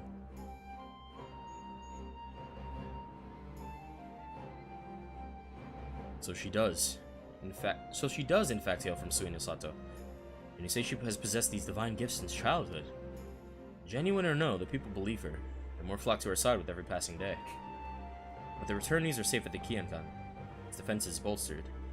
As for the blasphemy, I have spoken with our Confederate allies, among others, and together we will establish a network of contacts across the length and breadth of Doma to take up the search in earnest. Mark my words, we will find it. Now, I'm curious. She mentioned that she was training next to somebody named Shun. Do we know a Shun? Is that the dude that she came to Eorzea with? If it is, that guy's like around here, right? If I'm not mistaken. I know he's in the Enclave. Oh, I really don't want to look for him. But is his name Shun? I'm trying to think. Who else could it have been? It can't be the dude from the Four Lords. I don't think his name was Shun. Plus, that was years ago. That was like 1,000 years ago. Yeah. Oh well. I know that dude is in the Enclave somewhere. I just don't remember exactly where. All right. Well, now let's go to Limsa.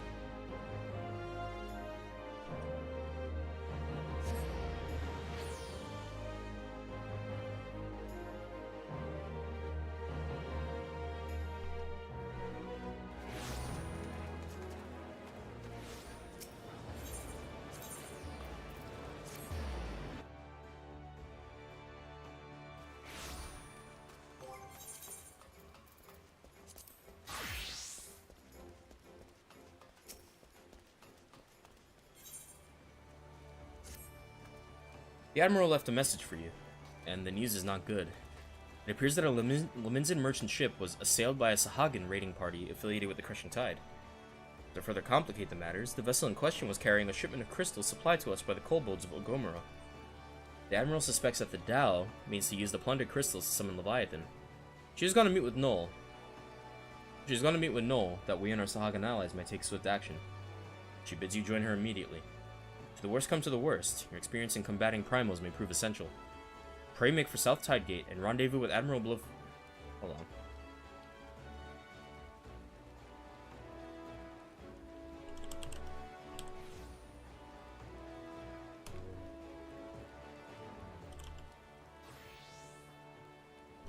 Pronunciation.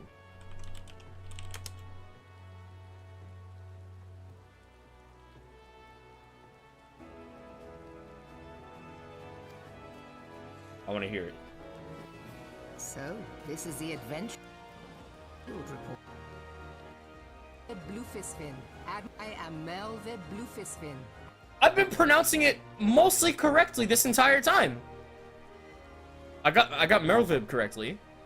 And then I was saying Blofisvin. But it's Bluefisvin. Wow, I'm actually happy that I've been getting that. I'm genuinely happy. Pray make for South Tidegate and rendezvous with Admiral Bluefisvin at once.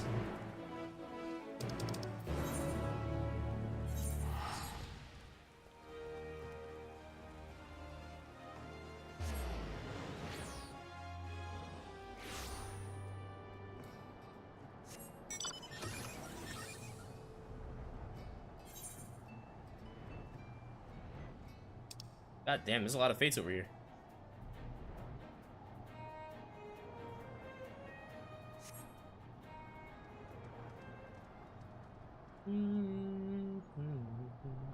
What is this weather? Gales?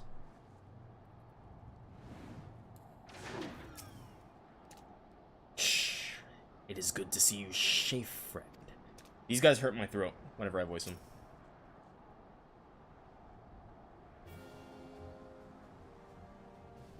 Thank you for coming, Hayes. The situation is grim. The Crushing Tide plundered one of our trading ships and seized a goodly stash of Ogomoro crystals. So their aim is clear. It appears they yet lack the quantity needed to perform the shamaning. Dao longs for the days when every Sahagin cried out for Lord Leviathan's deliverance, and will stop at nothing to see them return. I cannot fathom what the Crushing Tide are thinking. What satisfaction, what happiness can be found in giving over their hearts and minds to a false god. And so we must thwart their designs, lest the bonds we have forged be forever broken. By the same token, we cannot ignore the blasphemy, or the transformations its presence may bring about. A battle on two fronts, neither of which we can commit to at the expense of the other. As we sail into the eye of the storm, I would hear your counsel, What course of action would you propose?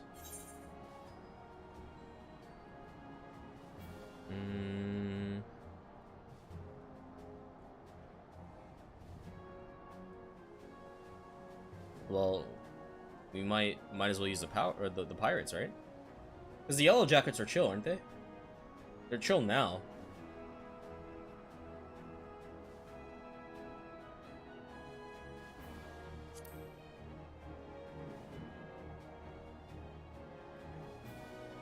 As it happens, I've already enlisted the Executioners, the Krakens, and the Sirens to the cause.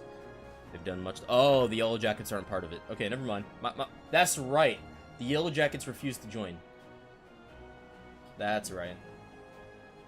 But now they're cool. They're cool now. I guess they're just not considered part of the powers. As it happens, I've already enlisted the Executioners, the Krakens, and the Sirens to the cause. They've done much to bolster the Maelstrom efforts to scour the seas for the blasphemy. So if we're to seek reinforcements, we will have to turn elsewhere. But to whom? Yellow Jackets.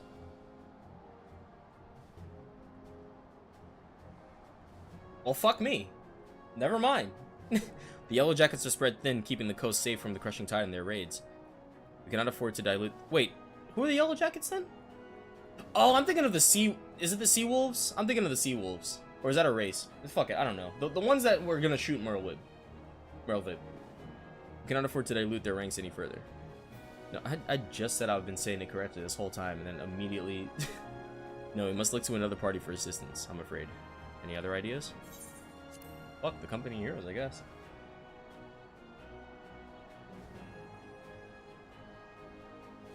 Company of Heroes?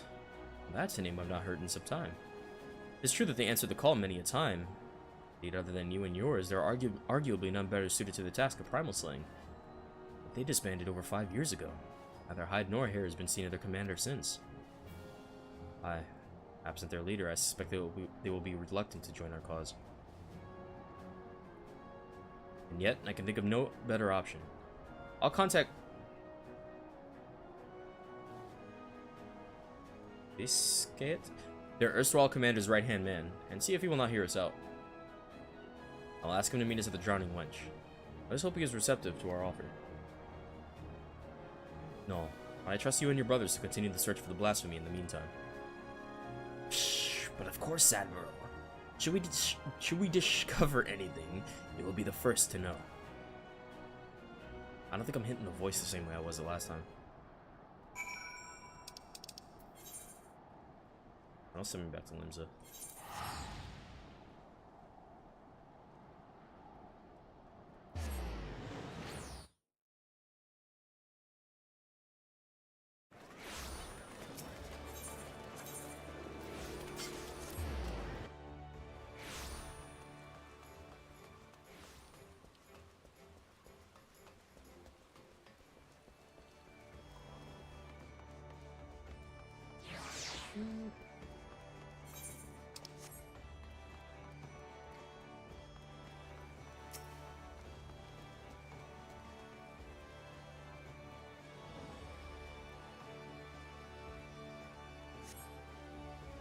That is a big bow I got. What's up, droid? The chat is not updating again on my phone. There we go.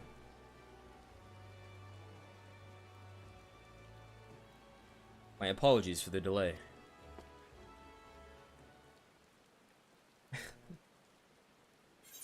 Oh god, I didn't even recap the... I'm so bad at the recaps. The recap for this one is that we were hearing of the Sahagin turning into blasphemies in Vilbrand. So we go to investigate it, and it turns out they're right. And the reason why they're turning, as, you know, plot, lore, the reason why they're turning is because after the, I believe it was, they're worried that they don't have, you know, like the spawning grounds are being reduced in size.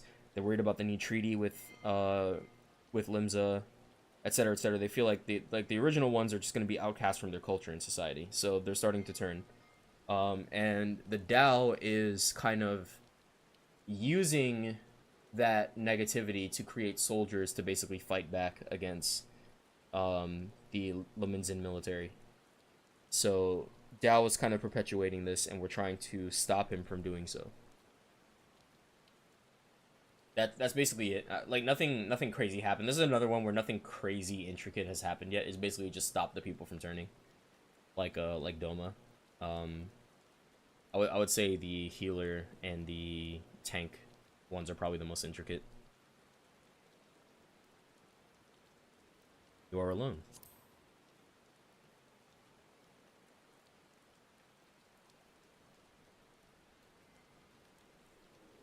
And here I swore 5 years ago that I was done playing hero.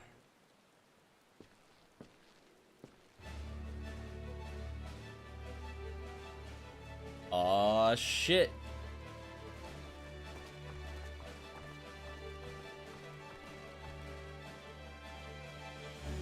Can someone explain what this is all about?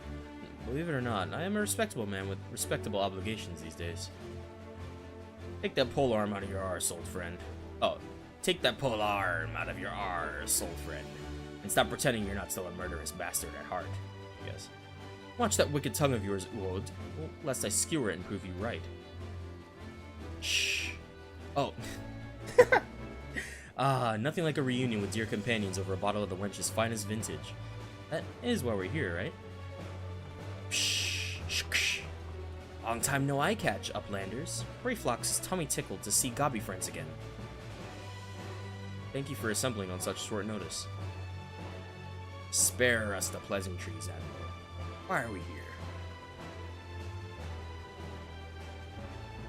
I make a simple request. Reform the company of heroes, and lend Limsa Lominsa your strength. Give a reason, I'm sure. I would hear it.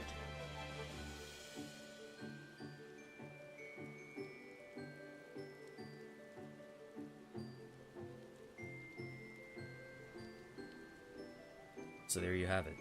A terrible fiend known as a blasphemy prowls our seas, transforming the Sahagin into ravening beasts. At the same time, the Sahagin themselves, specifically a hostile faction calling themselves the Crushing Tide, have declared their intention to summon Leviathan anew. Should they succeed, we would be hard-pressed to deal with the Primal while still dealing with the other threats. Night pickle indeed.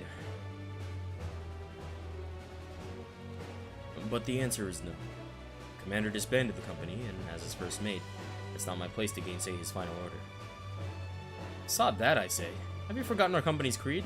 The duty of the strong is to protect the weak. Are the people now in danger not the same men and women we fought to defend years ago? The commander would not have turned his back on them, and neither should we. Bold words, Landinel. But do you truly believe that we can honor them as we are? Old mercenaries past their prime, lacking the commander whose wisdom and prowess saw them to glory once upon a time. Ah, yes, your commander.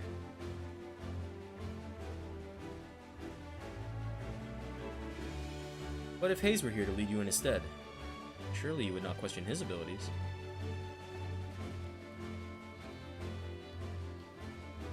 An intriguing proposition. I, for one, would not be averse to serving under such a decorated hero. This feels like if I was the legacy character, this would be different dialogue. See, I wish I knew what was in 1.0 that would have changed the dialogue of this cutscene. Psh, God befriend his goodly herd for fighty think, and goodly arms for thinky fight. As ringing an endorsement as any, but I would hear it from the man himself. Do you believe you are capable of leading the company of heroes into battle?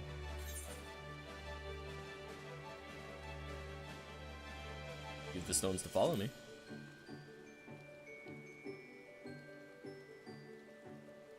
Now that's the confidence I'd expect from my commander. Very well then. Consider us yours to lead. 5 years to the day. Truth be told, I was enjoying the more leisurely life, but when duty calls. Wait, before we proceed, I must ask, have we no way of reaching out to the commander? Forgotten how he took his leave, have we? Up and vanishing so we could each find our own way. Apart from him and the company. Up and vanishing so we could each find our own way, apart from him and the company. I doubt we'll see him again, much as I wish we could. Okay, so I'm guessing the commander was the player character from 1.0. Matter at hand. The missions you will undertake. First, you are to aid us tracking down the blasphemy that roams the sea. Second, you must prevent the crushing tide from summoning Leviathan at all costs. It could have been Louis Swat, too. Oh, is that all? And there I thought we might get our feet wet with real challenge. But in all seriousness, we should take care to decide who attends to what. Sounds like a job for acting commander. I'm sure he'll give it all due consideration. Oh my god, I can't speak. I'm sure he'll give it all due consideration.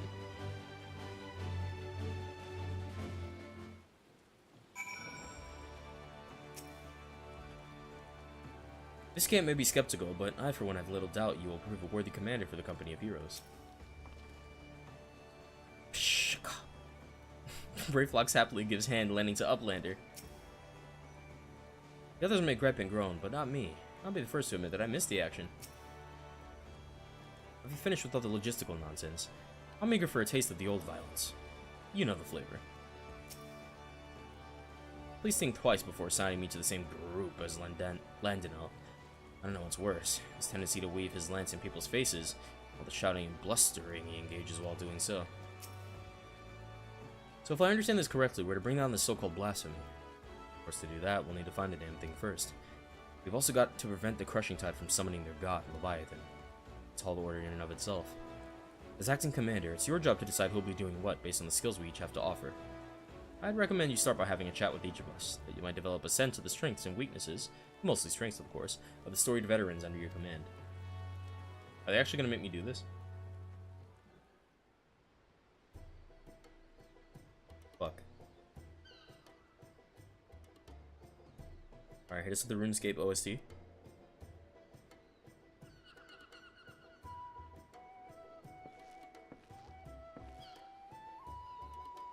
My specialty, you ask? My impaling fiends with this lance of mine, of course. The stronger the foe, the better. None are a match for me. It would be folly to waste my talents on dealing with a slippery fishman. Set me against that so-called blasphemy, I'll have the thing on a skewer before you could say Merlvib Bluefisman.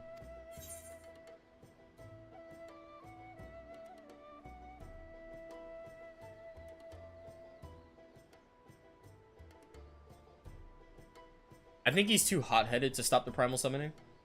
Right?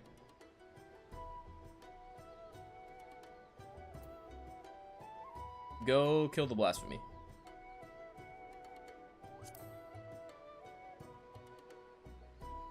A wise choice. Send Landinel after Sahagan, and he's like to help them summon Leviathan to sate his bloodlust.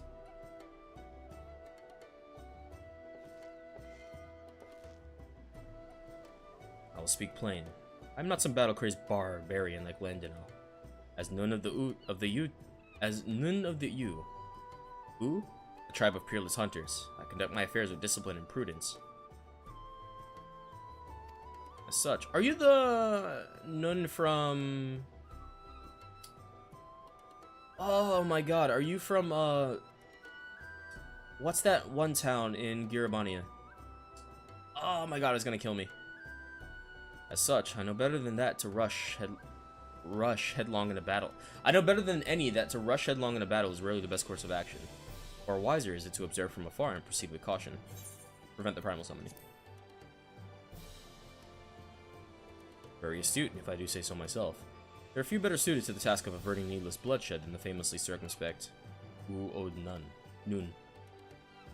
Plus, they said they can't be on the same team, so that was kind of a giveaway. As you all know, my vision is somewhat lacking these days. I can still defend myself when necessary, but I'd rather it not come to that. My condition also leaves me rather unsuited to scouting and searching. It wasn't always the case, but such is life. On the other hand, I'd like to think I've gotten quite good at sounding out the intentions of others, during negotiations and the like. Oh, easy. Prevent the primal summoning. You have a keen sense for these things, I see. More so than reconnaissance or battle, Shamani has a knack for working behind the scenes to see the company's goals achieved. Are you gonna throw a curveball? Brayflock's master remaker of Illuminati treasures offers much hand-lending with ingenuity. Far-seeing spyglass sees far into ocean deep. Crackfires go boom and blast beasts into bitty pieces. Go kill something. Logical choice, if I do say so myself. Brayflock's mastery of tools and armaments are sure to avail you in tracking and felling the beast. Yeah, you need to get that tension out. It would seem everyone has their assignments. And I dare say the choices you made are nigh impeccable. If I didn't know better, I think you'd been leading us for years.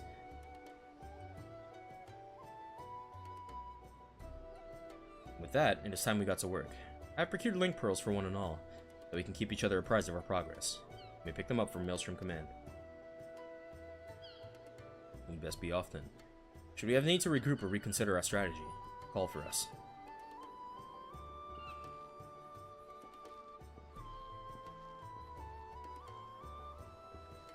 I'll return to command and share these developments with the Secretariat and our Sahagan friends. You join me if you can, Commander Hayes. Aren't I literally Commander rank in the Grand Company? You'll be calling me that anyway. Hold on. Where do you even see that? It must be under character. Storm Captain, okay. And I still have Storm Champion? How the fuck do I get these ranks? Okay, maybe I shouldn't switch just yet. Oh, you know what? I probably get those ranks from doing the rest of the parties. I'm gonna farm that, actually. Because I kind of want to cap out the Maelstrom before I do the other two. Their icons are so much cooler. Okay, not those. I like the blue on these, but I hate the red. These in general are just really cool, though. I just finished briefing the Secretariat. Here's something you should find useful.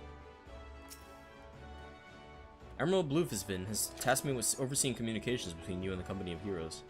First, you'll be needing a link pearl. Pray speak with the Secretariat. Ah, Hayes. The Admiral has apprised me of the situation in full. Furnish Hayes with the link pearl, yes? Of course, Admiral.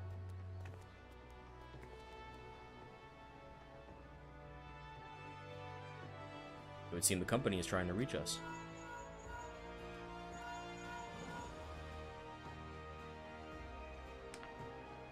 Oh there, Commander. Just give the word and I'll come running. Lower your goddamn voice, will you? Watch your tongue or I'll track you down and rip yours out. Damn. They sound more like mortal enemies than old companions. That's where Hayes comes in. I'm trusting you to whip them back into shape. Make them a force to be reckoned with. You got it. I will have the Secretariat contact you if there are any developments. I will convey them to the entire company by link pearl, but we cannot afford anyone taking reckless action. In the meantime, I will reach out to Noel and see what he has gleaned about the crushing tide in their hideout. Let's hope for good tidings, Commander.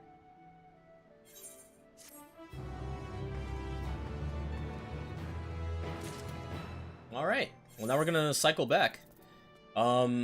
Let's do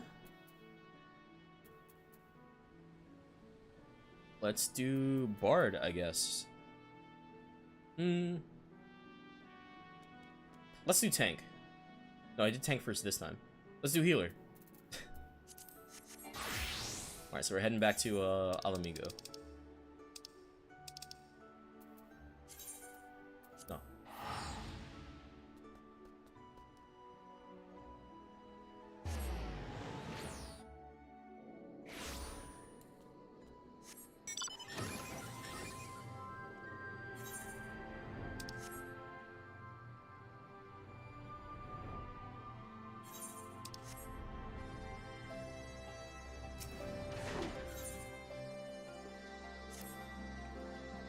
There you are, Hayes.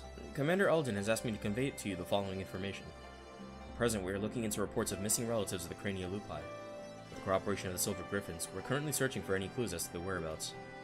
Thanks to the concerted efforts of Ragnfried and the others, the general public has been willing to cooperate with our investigation. Many still harbor feelings of distrust for the collaborators and their kin. They've grown more receptive to our cause on the whole. Arnvald's been making steady progress in preparing for the memorial ceremony. Plans to host a meeting between the various community leaders to go over the finer details. In fact, he was wondering whether you could assist in delivering the invitations. If you could spare the time, you should be able to find him in the Mercantile District. Anyway, that's all for now. I have a few other matters to attend to, so if you'll excuse me, duty calls. Alright. Peace.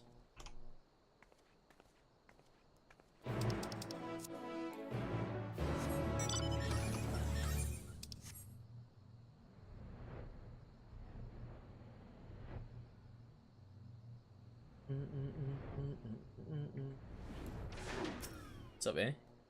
Thanks for coming. It should come as no surprise that planning a memorial ceremony for a whole bloody nation would keep a man busy, but Ralger, this is something else. The hardest part's been gathering information on those who died in the war, especially when it comes to the skulls and other conscripts. They're the ones we need to treat most carefully. If we don't acknowledge the crimes of our kin and all their painful truth, we do a disservice to their victims, living and dead. What if we let people paint them as monsters who did monstrous things we believe we would never do, then we perpetuate a different but no less dangerous lie. As for preparing the event itself, I'll be holding a meeting with members from each of the settlements around Girabania. I've sent invitations to most of them already, but I was hoping you'd help me with the last two. There's Miraz Nun in the Peering Stones, and Sarisha and Viranilia. I'll give you one for each. Okay, so it's not the same guy. I thought it was. It's not. To be honest, I wouldn't be surprised if they refused, considering how their people suffered at the hands of the skulls. But I hope we can remind them that deep down, we're all just people trying to survive, to protect our loved ones. We may have driven the Empire from our lands, but as long as we hold fast to the grudges born of their attempts to divide and set us against one another, we'll never be free of their legacy of cruelty. With that in mind, I've included an account of my experiences with the Silver Griffins and the people I've met. Victims, collaborators, their friends and their family, and a woman who lived through it all. Survivors. Even if they refuse to join the ceremony, at least they will know, and hopefully understand, our reasons for holding the event. Granted, I've not had much practice in writing important letters, but I think they'll get the message. You being the one to deliver them will make a world of difference, I'm sure. Take care, won't you? Yeah, I got you, man.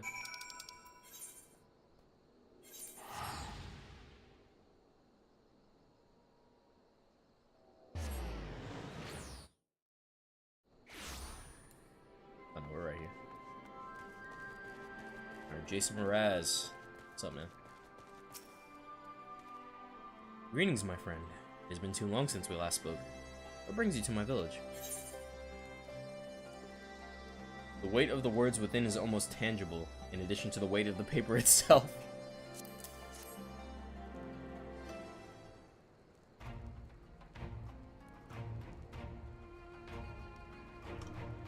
Hold on.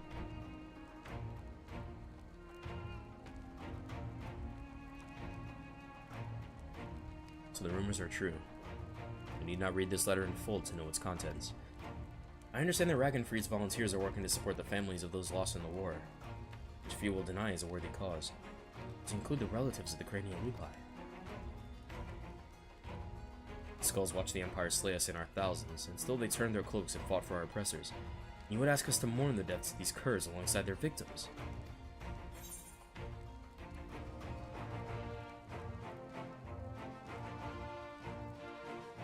You have every right to be angry.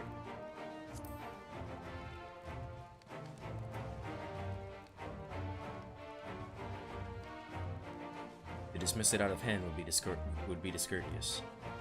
Very well.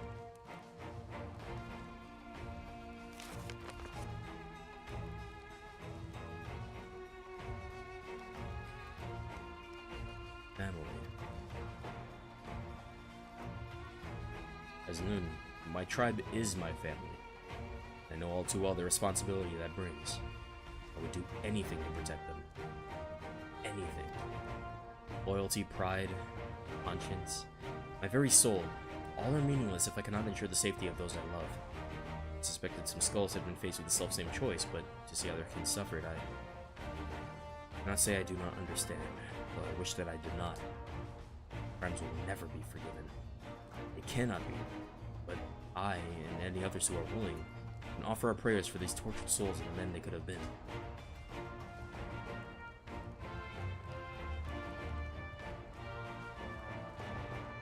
I accept the invitation.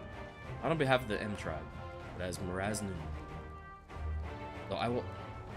M tribe? Tribe. But as Miraz Nun. Though I will put the question to my people that they may decide for themselves. I am also eager to make the acquaintance of the person who wrote this letter. He does not want to turn a blind eye to the bitter truth, painful though it is to confront. The meeting will be the perfect opportunity to take his measure.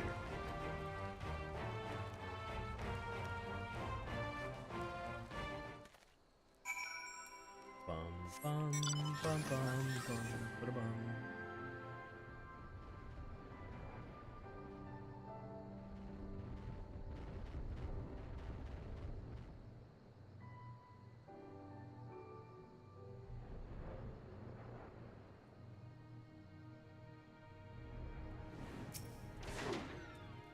welcome. So what do we owe the pleasure of your visit?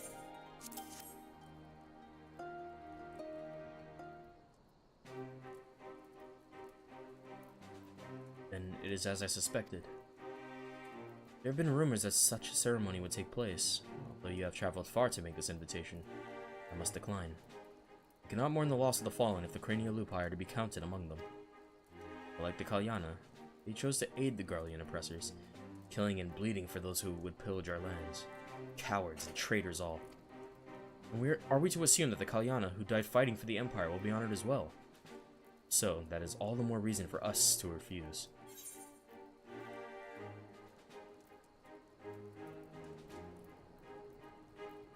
Arnvald understands and accepts that you might refuse.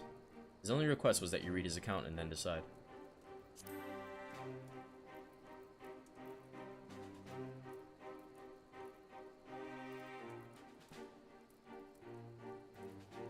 If you insist.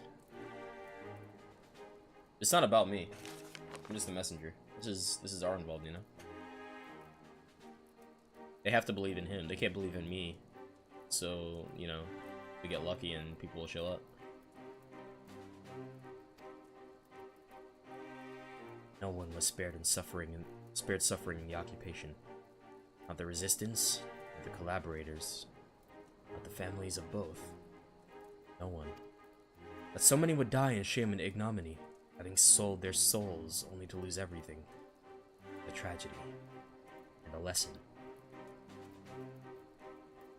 If they are forgotten, then the lesson of their folly is forgotten. For the sake of this land we call home, I will join you in remembrance and implore my people to do the same. In mourning, may we strengthen our ties with our neighbors as well. And together facing our past, we can build a foundation for lasting peace and prosperity. It would be my honor to attend the proposed meeting, and I look forward to personally thanking your friend Arnvald for his dedication. I and my peers have much to learn from the example he has set.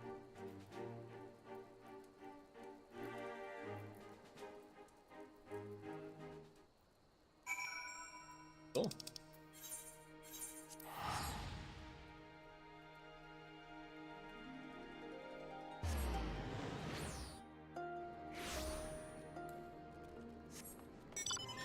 Right there. It's literally right there.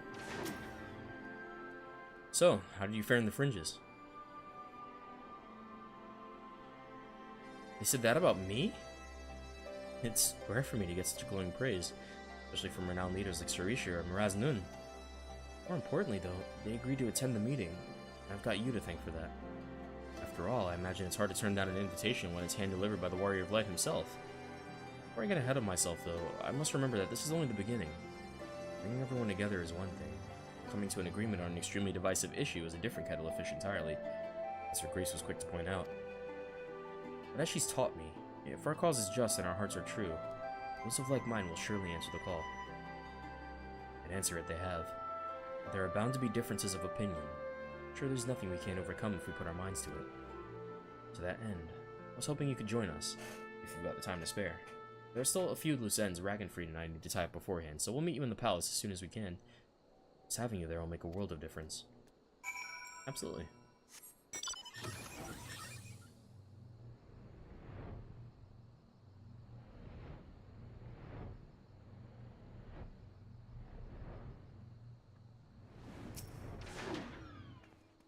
You're for the meeting, yes?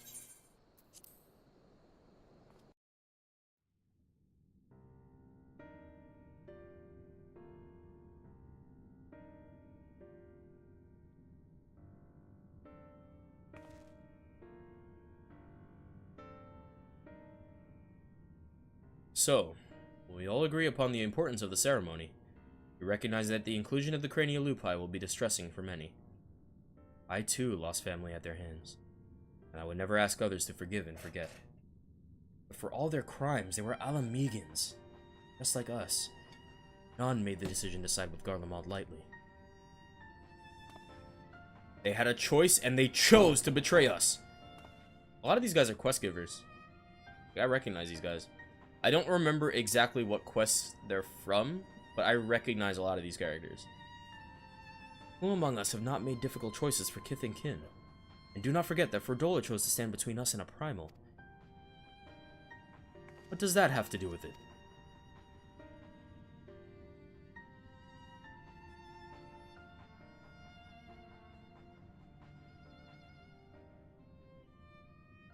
Brothers and sisters, arguing will avail us not.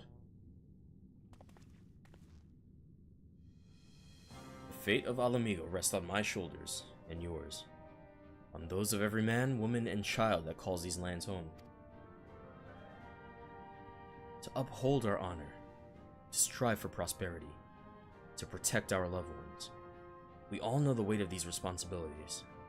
It was that self-same weight which drove many of our people to serve our oppressors, misguided as it was. And though they chose a different, unconscionable path, in the end, we all wanted the same thing: deliver our families from persecution, that they might live to see one more day. Because another day in shame and self-hatred was still better than none at all.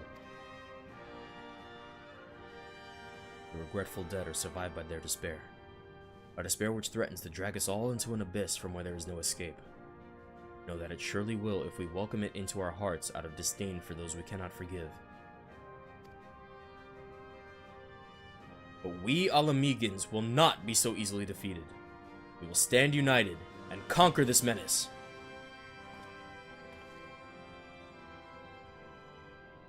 Ivana's such a great speaker, man.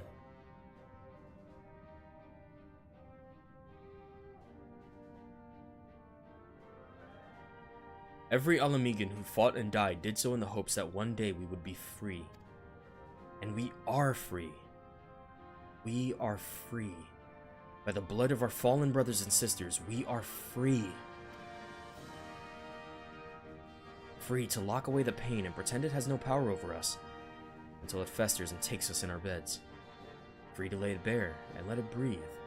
To acknowledge and to mourn our people at their best and their worst. The past is ours to bear, all of it. For ourselves and for future generations, so that they needn't suffer like we did. Let us make Alamigo a nation where no man is left behind. Where he can make all the wrong choices and still be afforded the chance to make a right one.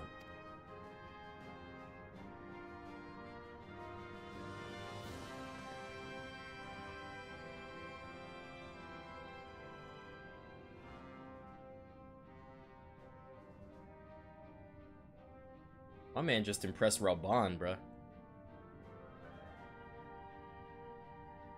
He impressed Ralban? Okay, yeah, he's definitely getting a position of leadership at some point. That is about to be on the High Council.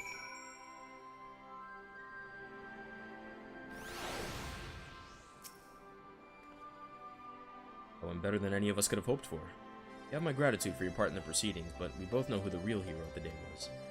This was all Arnvald's idea. It was his words that finally won over the naysayers. Now that we have the community leaders on our side, we should have a much easier time convincing the rest of the citizenry. Of course, holding the ceremony is by no means our final objective.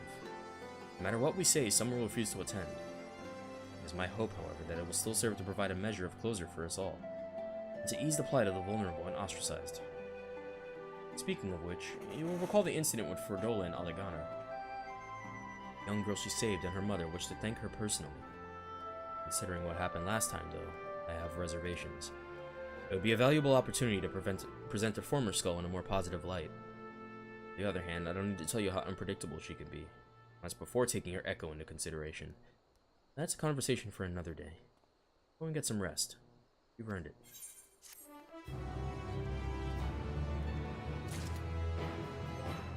Alright. So this should be 89, right? Okay. I didn't want to look at the description.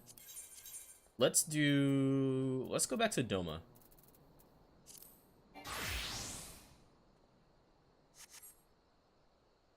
Let's not go back to Doma. I feel like I was just there. Let's go back to Ishgard. Can't wait to pull out my Eggy and not hit anything.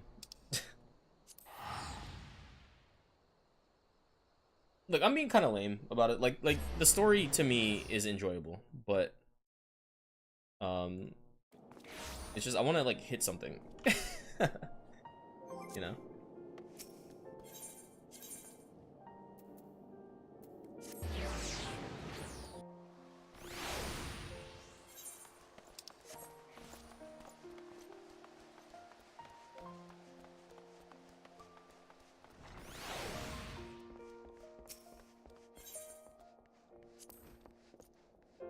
Yep, I'm heading in.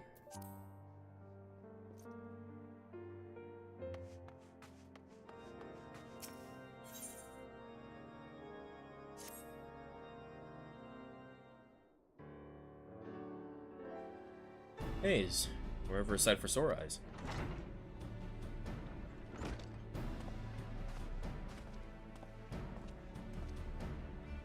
No tidings, my friends. I dispatched the Temple Knights to find the clergyman who aided in Bishop Vartunwa's summoning attempt. Regrettably, when confronted, all turned and had to be put down. Fuck. Without their accounts, how then to ascertain that the clone and Vaindro are the same individual? Maintaining the assumption that they are, perhaps we should instead consider how Vaindro may have found his way to Corythus. According to Haze's vision, he was abandoned in Azizla.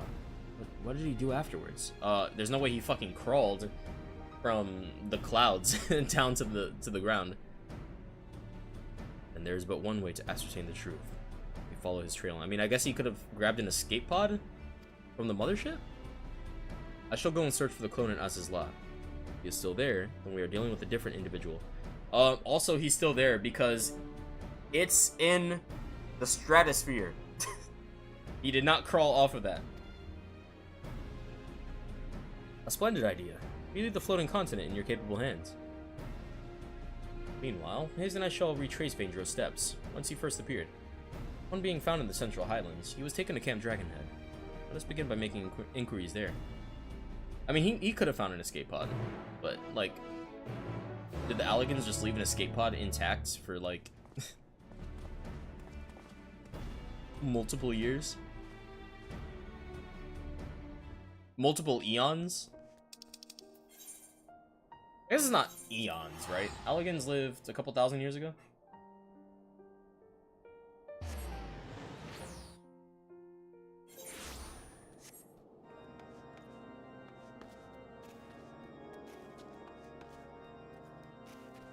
I was probably in the building.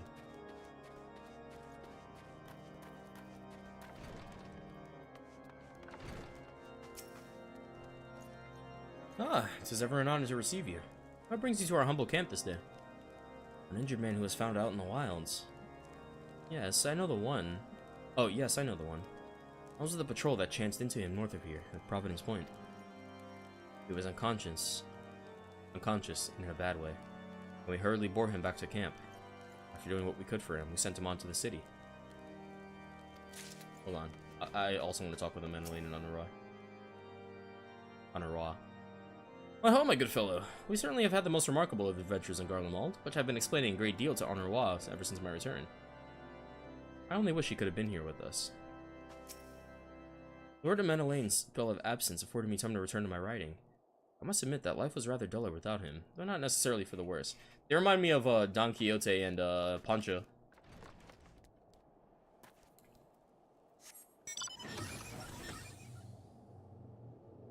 Almost a little bit. I think it's more accurate to say that, like,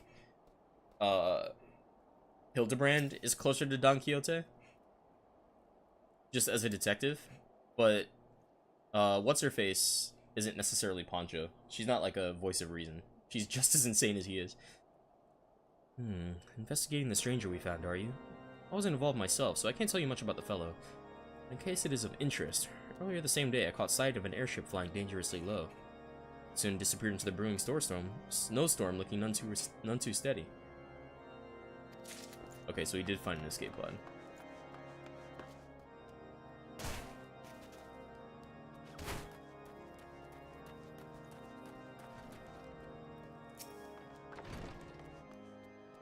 Well now, if it isn't the late Lord Horschifon's dear friend. Is there something you require? Yes, the mystery man. I was among those who tended him. He was not attired for the snow, much less the snowstorm in which he had been caught. He was suffering from frostbite. When people are extremely cold, they may mistakenly feel that they are warm and disrobe. True. That is very true. That might explain his state of undress.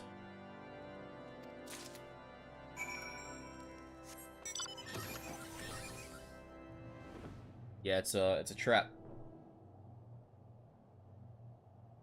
when that happens. There you are. Were you able to learn aught of interest?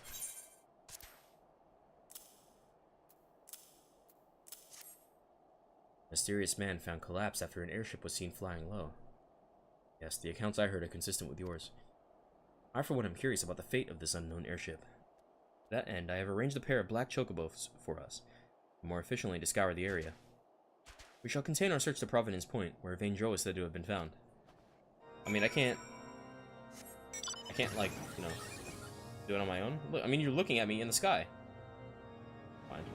I'll ride your black chocobo. You're ready, let us be off.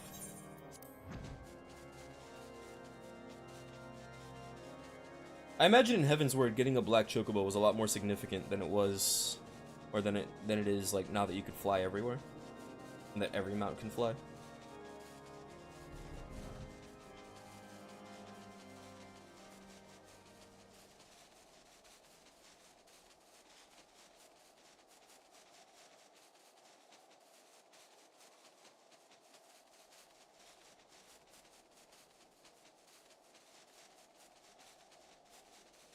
Yep.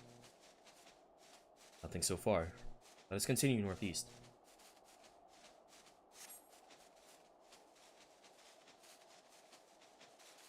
I will never forget the Knights of the Rounds side quest in FF7. Having to do all the chocobo breeding. It's really cool though. Like if you go through that it's not even a side quest, it's more like a side like objective, I guess. You can call it a side quest. You don't get it from anybody, but you have to breed chocobo, and like based on their stats, there's like an RNG chance that you'll get a different color chocobo. And the black oh shit, there's factory.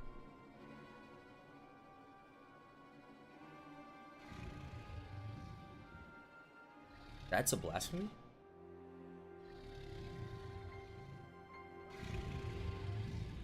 It's definitely not a blasphemy. Is it though? Maybe it's just a primal. By the Fury. It's the blasphemy. I guess it is the blasphemy. It just looks completely different than all the other ones. I guess there was no like rule on what they looked like.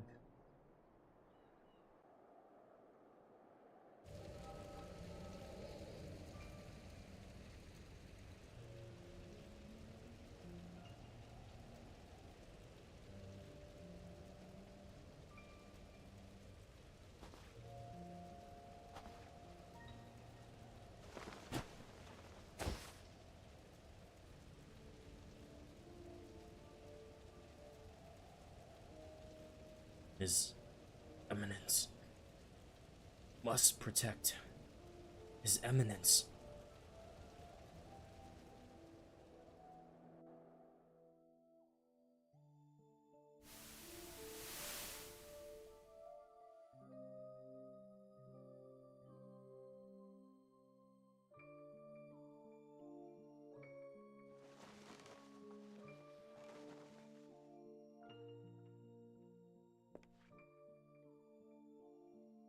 Ah, you're finally awake. Alani be praised. How are you feeling? Strong enough to speak? Can you tell me your name?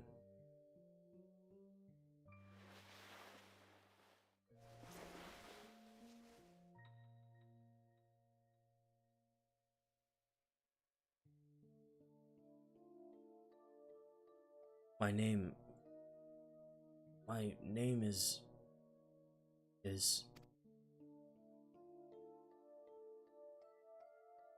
Zephyrin? Zephyr? Oh my, what the fuck did I say? Zephyrin? No. Charibert?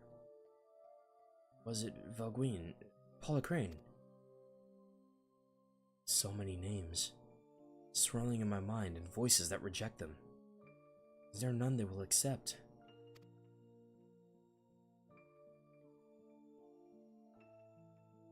Oh, I get it.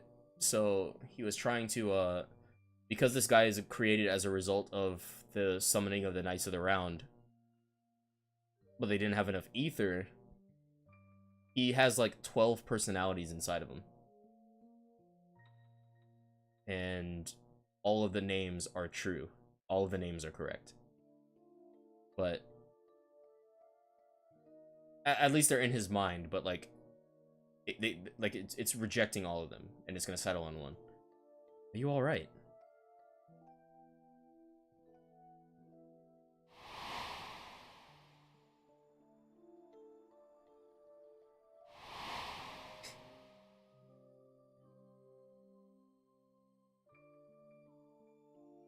Vaindro.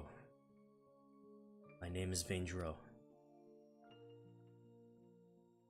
Well, now that's the same as our infirmary. I dare say fate has guided you to us. So, Vaindro, you're feeling up to a little conversation. Can you tell me about yourself? Anything else you remember? Anything at all?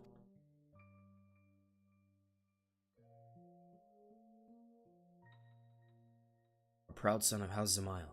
Nay, a devout servant of Halone, who lives in the rush of battle? The pleasure in inflicting pain. The attentions of maidens. Fight beside my brothers in arms. A low-born runt, whose every effort went unrewarded. His very name disqualified him from ever leading the Temple Knights, but his eminence raised me up, granted me a place at his side. That day forth, I pledged my sword to his service, pledged my very being, my life to be offered up in defense of his. I am a knight of the Heavensward, sworn to protect and serve the Archbishop. Oh, you're a knight? Forgive me if that sounded rude, but I had no idea. And while I realize your memories may be a bit muddled, I'm afraid I must inform you that the Heavensward have not been seen in quite some time, and are presumed dead. And the Archbishop, well, he is most certainly no longer of this world. Uh-oh. Oh, despair. Then he turned. But the important thing is you're safe now, and we'll help you get back on your feet. Speaking of which, let me bring some food and water. You must be absolutely famished.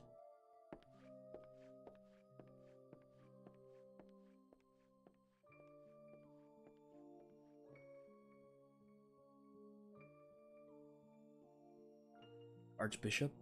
Dead? No, this cannot be. How can I still be alive when he is not?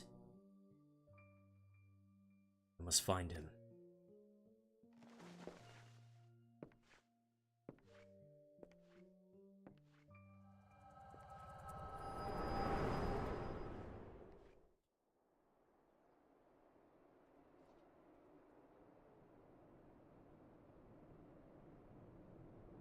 Hayes!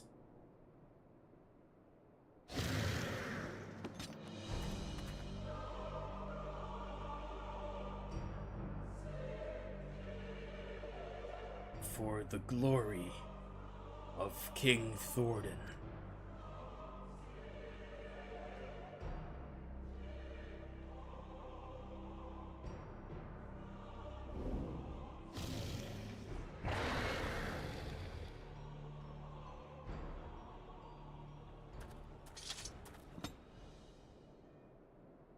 Okay. Another vision, I take it.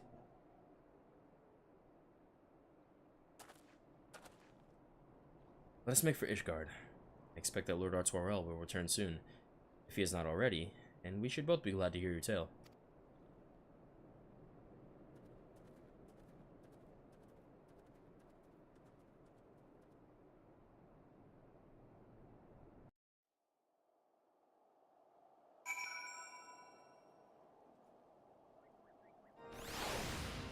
I wish I knew. Okay, yeah, that was on purpose. What constellation was that? Was that Halone?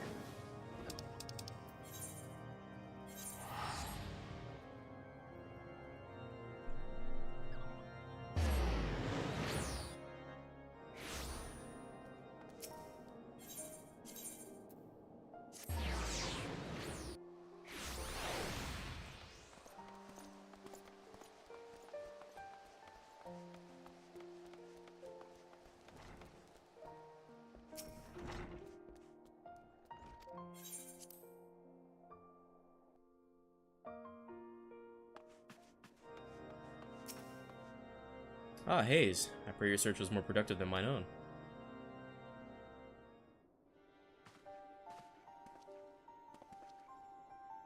everyone is here.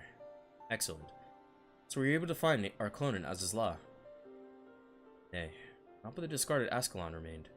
How fared you with your own efforts in the Central Highlands? In the course of retracing Vaindro's steps, he came upon the wreck of the Soleil. I suspect he found the vessel abandoned in Azizla and tried to use it to return to Ishgard. But he crashed en route and was subsequently rescued by a patrol from Camp Dragonhead. So it would seem. The Archbishop's airship was not the only thing we found. Profane Fafnir was there too. The creature chose to flee, but not before Hayes had a vision of Vaindro's past. Go on, my friend. Share with us what you witnessed.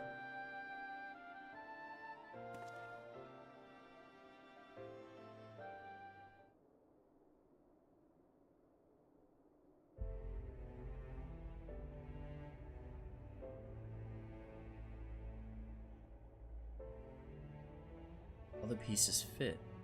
It is as you surmised, my lord. Vaindro and the clone are one and the same, and in his despair, he turned into the blasphemy. By the confusion he exhibited when asked his name, 'tis as if he wasn't sure of his own identity. According to the Scions, primals retain the memories of their previous incarnations. From this, it may be assumed that the clone harbors the memories of all those who became King Thordan and his Knights 12. Wow. Though he struggled to reconcile these conflicting memories, he managed to settle on the name of Vaindro. The voices within were clearly in agreement when facing Hayes, the mere sight of whom drove the blasphemy to flee. Above all, however, they share in the desire to protect the Archbishop. This desire was seared into Vaindro's very being when he learned that he no longer had a purpose.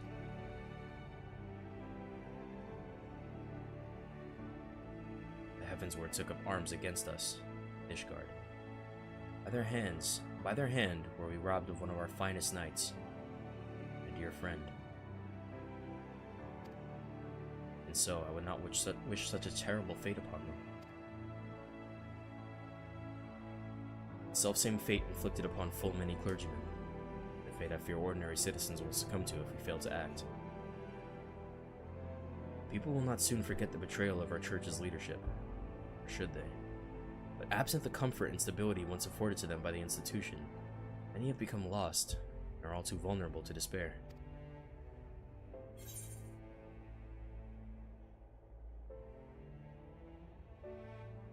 The church can still be a source of comfort, but you gotta change things, for sure.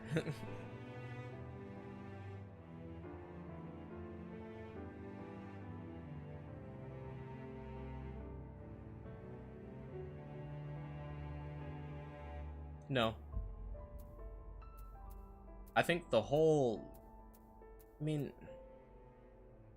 yeah, you can't really deprive people of religion. Like, everybody needs to believe in something. And I don't want to get too into it, but the lack of belief is also a belief. Now, I'm not going to be like one of those, ha, gotcha, bitch. Like, you have a faith, but I mean, like, believing in nothing is believing in nothing. And that's acceptable. But the same way some people believe in nothing, some people believe in something. And we all need some kind of belief to justify our existence. Right? So I'm gonna say it can still be a source of comfort, but you gotta change some shit.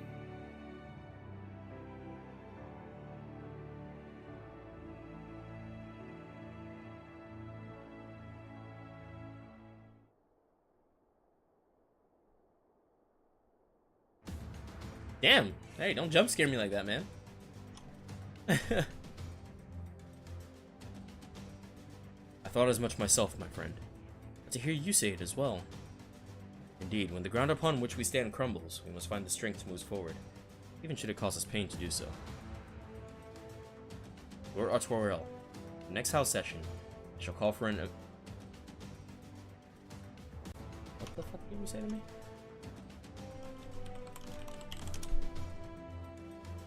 Ecumenical. Ecumenical, representing a number of different Christian churches. Huh. I shall call for an ecumenical council to be held.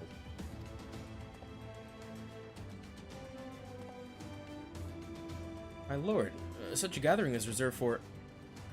Oh, you intend for the church to codify a new doctrine. Since the separation of religion and state, we have refrained from interfering in church affairs. But if the church is to remain a part of Ishgardian society and continue serving the people, it must reconsider its role and formally address recent revelations. I will call for this council not as the Lord Speaker, but as a humble adherent of the faith. Long had I considered whether such measures were necessary, but lacked the courage to set them in motion. I now have it thanks to you.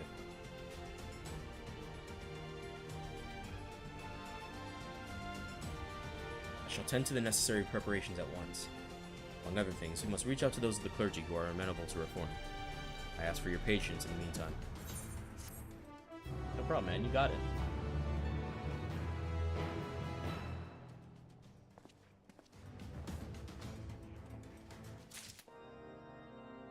Alright. Now, so back to Doma.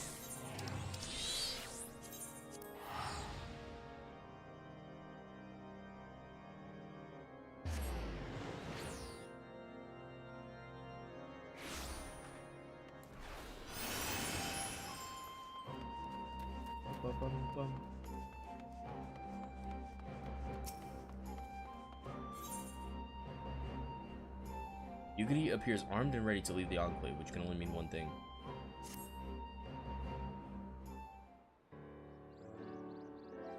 We've arrived not a moment too soon.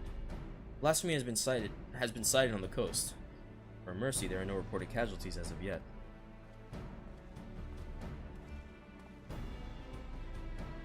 Just the man I was hoping to see.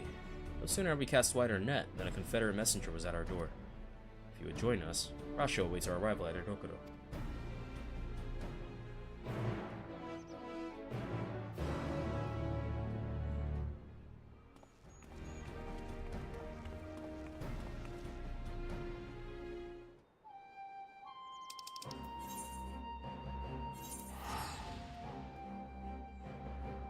Bum bum bum.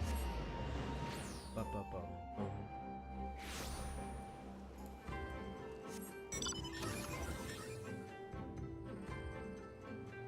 Asho, what's good, man?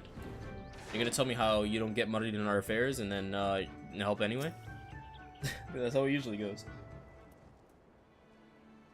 If you can prove to me that I can join you, I will join you. Wow, you proved to me that we could join you, so I'll join you. Well now, that the noble Lord of Doma should come in person once again. Mayhap these blasphemies truly are a threat. Indeed they are. And I was told you and yours sighted our quarry quite recently.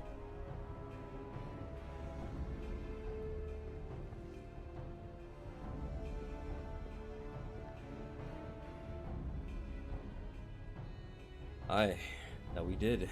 With the islands of Shoal Rock. The beast appeared to be docile by all accounts, but appearances can be deceiving. If it is as you say, this blasphemy has eyes only for former conscripts, and we have naught to fear. I trust those we accepted into our care are still in yours and the Kianikan, enjoying the finest Doman hospitality.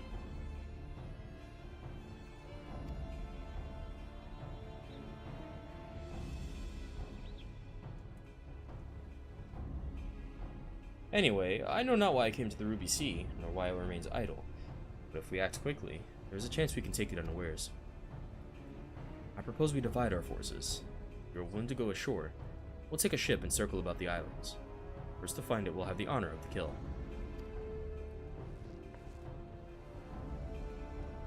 Ha! Simple enough plan. Shall we be off to Shoal Rock then?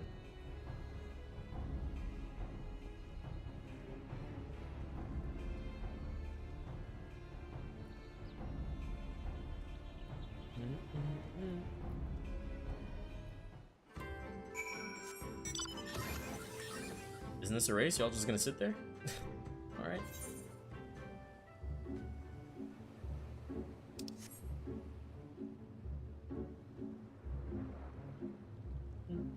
I've always loved this song.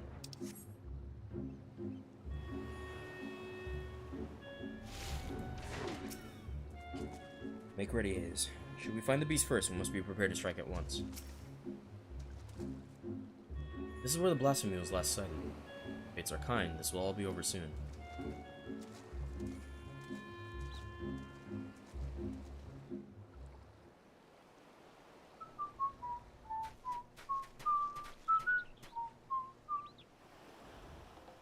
yeah, that's Izanami right there.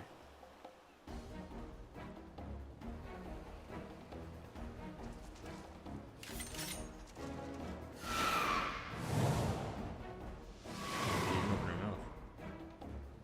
Damn. Such speed. Not even my falcons could keep pace with it.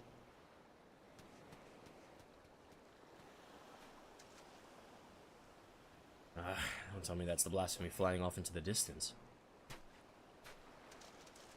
I hope the ill will it bore me in life might compel the beast to stay and fight. Perhaps less of Minato remains than I thought. Minato! That monstrosity was... Minato. You knew her. Her family tried to flee to Hingashi during the occupation, but their ship was raided and sunk.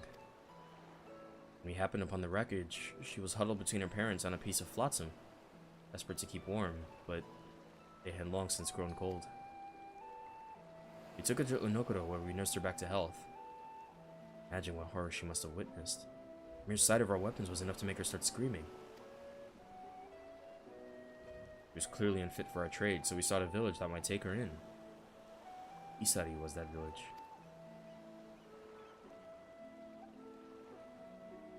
Several months later, I chanced to meet her on this very beach. She was in the company of a young Aori fisherman. I knew at once she had found more than a home there. I saw them here many times after that. Found something comforting about this place, I think. According to reports from Radzat Han, the memories and desires of those who turn can influence their behavior as blasphemies. Perhaps Minato's memories are what compelled the beast to come here. That would also explain its timid nature. Minato was never one for violence. The sight of you, blade drawn, no doubt, stirred what little of the woman remains in the monster. If that is the case, an assault on the Kyokan is unlikely, guarded as it is by our samurai. But how are we to fight an enemy so quick to flee at the first sign of danger? Robbed of her parents, her husband, and now her life. I would rather we didn't have to at all. But I understand full well the risk we take by doing nothing. Catch sight of the blasphemy again, you will be the first to know. Perhaps next time we can put her soul to rest.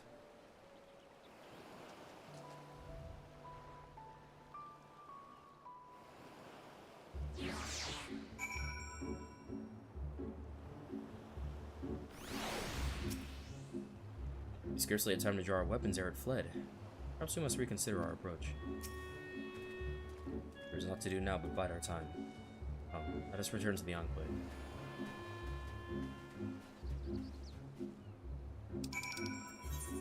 That was short.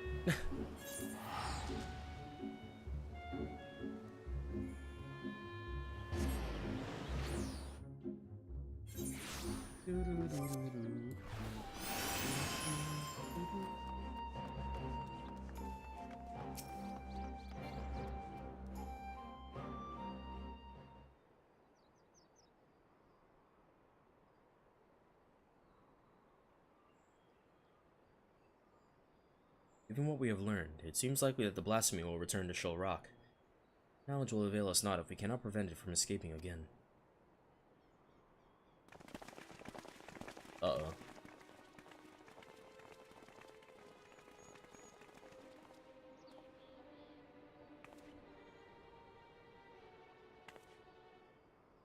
Lord Hien, on behalf of the people of Isari, we have come with a request. Welcome you with open arms and open hearts. What is it you would ask of me? Those returned to us in the prisoner exchange have been granted shelter at the Kyokan. That they yet live is an affront to the Kami's grand design, and the spirits of our loved ones suffer for it. Balance must needs be restored, and so I beseech you to render them unto the goddess Izanami. Absolutely not. It is not our place to pray for the death of others, or draw steel to sate mere bloodlust. But I take a life, be it by command or my own hand. I do so not in service to vengeance, but to uphold my duty to Doma and her people. How did your mercy for Yotsuyu serve your duty? How are your people made better by the sight of her walking free? For for her crimes and her cruelty. I cut her down the day we took Doma Castle. Sought to kill her. By rights, she should have died then and there. The Kami willed otherwise, and returned her to us alive, and bereft of her memories. With no recollection of her deeds, it would have been Tsuyu who faced punishment, not Yotsuyu. This was my judgment. For it, you were denied the justice you deserved. You have every right to resent me. But you came before me and asked that I sacrifice men and women whose only crime was to suffer, to be condemned to a life of servitude. If you truly believe your cause to be sacrosanct, believe yourselves fit to bear the burden and swing the sword, then step forward. Cast the first stone. Come on. Come on. Sophistry and lies! They were meant to die. The spirits demand it. These the words of the dead, and the living who yet mourn. Oh! Woo!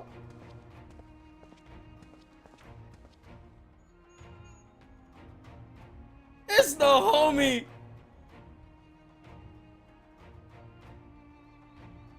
Word of the Iseri priestess and her gifts has spread far and wide, and I thought to see the truth of it myself.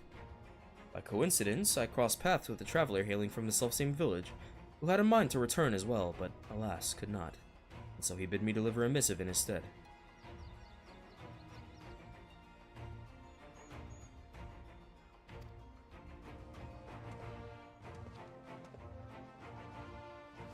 Judging by the striking resemblance, I take it you are the young fisher, Akitsu.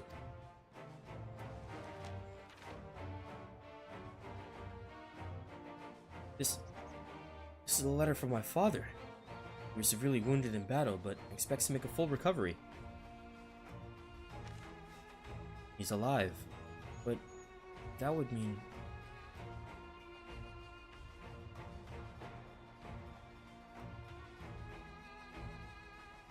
Surely a woman of your talents can divine a plausible explanation for this turn of events. Cap! She's out here capping!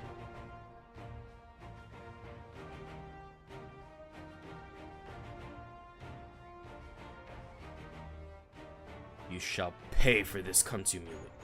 What the fuck? What are these words we're using today? Is it a lesson?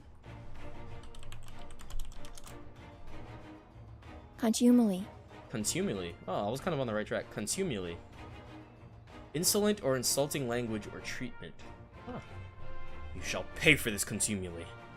My daughter will make certain of that.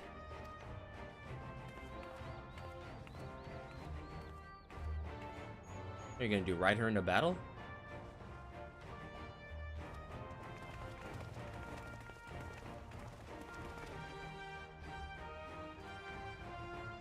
Ghost set's coming out of nowhere, man. With the save. Can you stay? Can you please stay?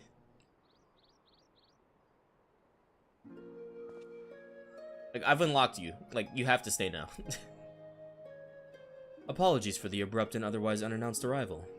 As you can see, my Lord Hien, I am returned. Oh, glad am I for it. Thanks to your timely arrival, we have given the lie to Kisei's claims of preternatural powers. I gathered you are apprised of recent events. Aye. It did not take long to learn of the state of affairs here in Doma, that my assistance may be required. I had heard tales of Kisei channeling the dead, including the father of one young fisherman. Imagine my surprise when I saw this spirit in the flesh. He was also on pilgrimage, paying respects to the departed, a chance to meet at the Liberation Front infirmary. Would that we were not brought back together under such circumstances, but I am glad to see you all hale and hearty.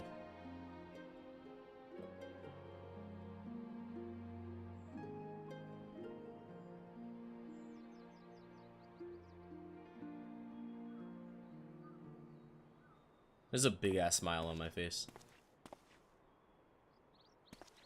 I almost wish I was using the webcam today.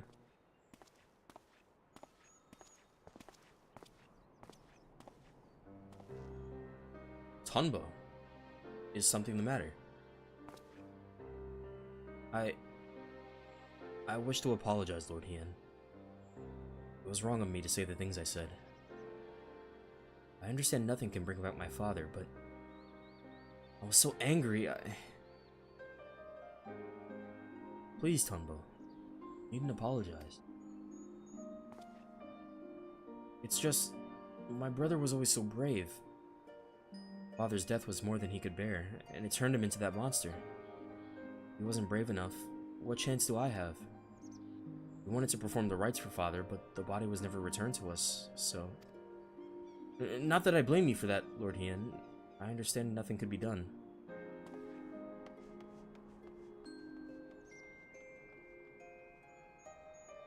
That Akitsu's father survived is nothing short of a miracle, but I fear he is the rare exception, indeed the rare exception. I've offered prayers at more graves than I can count. It would be cruel to give others the false hope that their loved ones might return. Yet Kisei continues to do just that, offering comfort with her lies, attempting but ephemeral balm for wounds that have yet to heal, much like the anger some harbor for you, or resentment for the families restored while theirs remain broken. But for those like that poor boy whose hearts lack for hatred, know only sadness and despair, I, too, may turn. Exposing the truth of Kisei's deception hasn't helped matters. If you are to prevent more suffering, must pursue a lasting solution. I'll be most grateful for your counsel, Gosetsu. There's much I can learn from your pilgrimage. There is aught you require. Say the word, and it shall be done. It's the least I can do for the part I played in Yotsu's tragedy. I failed her in the end, but I will not fail you, my lord. Thank you again for your aid, Haze. Today's events have given me much to consider. When our next step is decided, you'll be the first to know.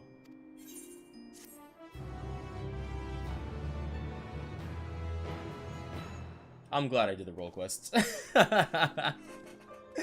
If I had finished this game without knowing Gosetsu comes back, I probably would be angry. Alright, so now we're going to do tank.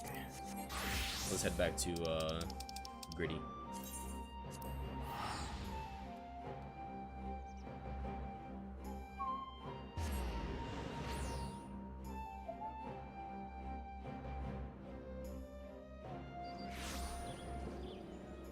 Back this way? Oh, I'm yawning. Oh, geez. I'll probably do the event tomorrow. When I go live.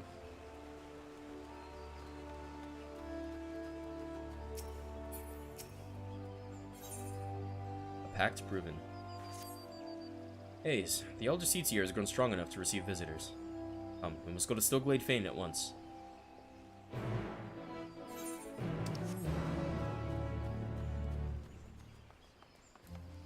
Stillglade Fane. Is that in here, or is that at the quarry mill area? Oh, fuck, that's at the quarry mill area. Right? Yeah.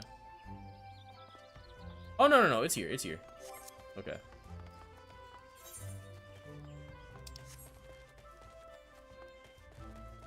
It's the Conjurer, clubhouse. Guild, that's the word I was looking for. Clubhouse.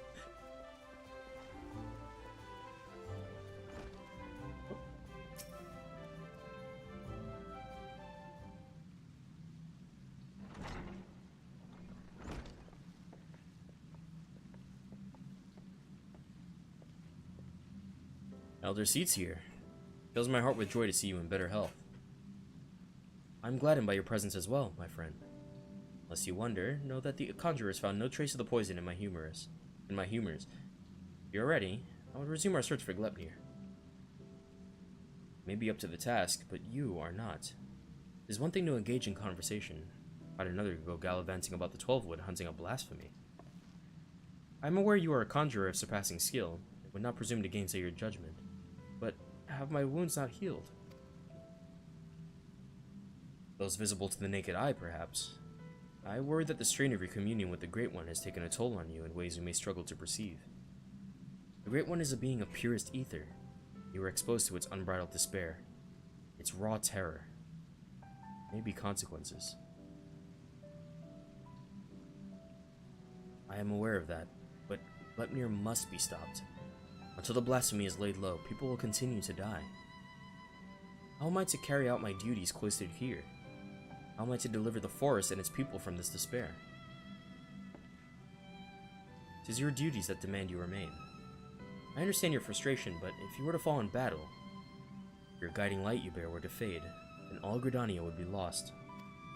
Rest, Kane. Rest and gather your strength so that when the time comes, we're fit to do what must be done. Meantime, rest in your allies.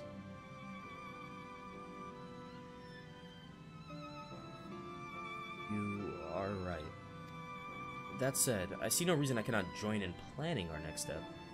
As you said before, conversation is quite unlike gallivanting about on a hunt. Our encounter with Glepnir has made it plain that we cannot hope to triumph over it as we are. Only with the Great One's power can we achieve victory. When the 7th Umbral Calamity was nigh, the Great One committed a portion of its boundless strength to extend a barrier over heaven and earth. The Irmin Hedge. Thus was the 12's spared the worst. Oh wow. I didn't know that. If we could convince it again to lend us even a small measure of that power, we would not need fear the poison. Therefore, I believe we should pour our efforts into placating the elementals, that we might earn their favor.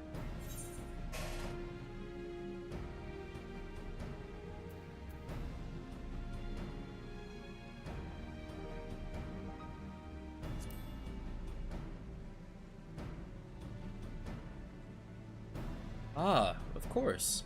You are the inheritor of Atto as well. Raya Owen, Arun, praise the wisdom and bravery you displayed that day. So the quieting is from the White Mage storyline. I don't remember why we had to do it. All I remember is that it was done, and I think it was in response. I think it was during the Taint arc. No, I think it was before that. I think it was way before that. Because the Taint arc was Heaven's Word, I'm pretty sure.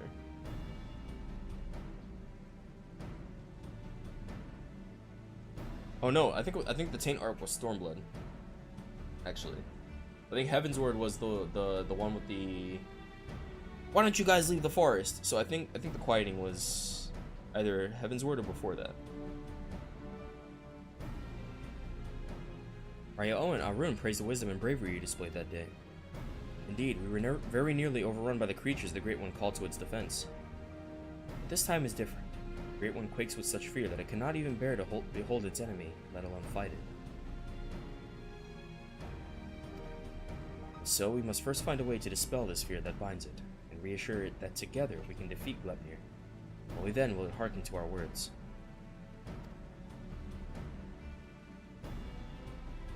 I think too that we must gain a greater understanding of what drives Glepnir. He seems to bear a resentment towards the elementals, the Great One in particular. Why? I have pondered this question myself. Lingering memories of the person Glepnir once was may be responsible. Reports from Razat Han suggest that this is likely the case, in fact. If we could but ascertain the original identity of the blasphemy, but where are we even to begin our investigation?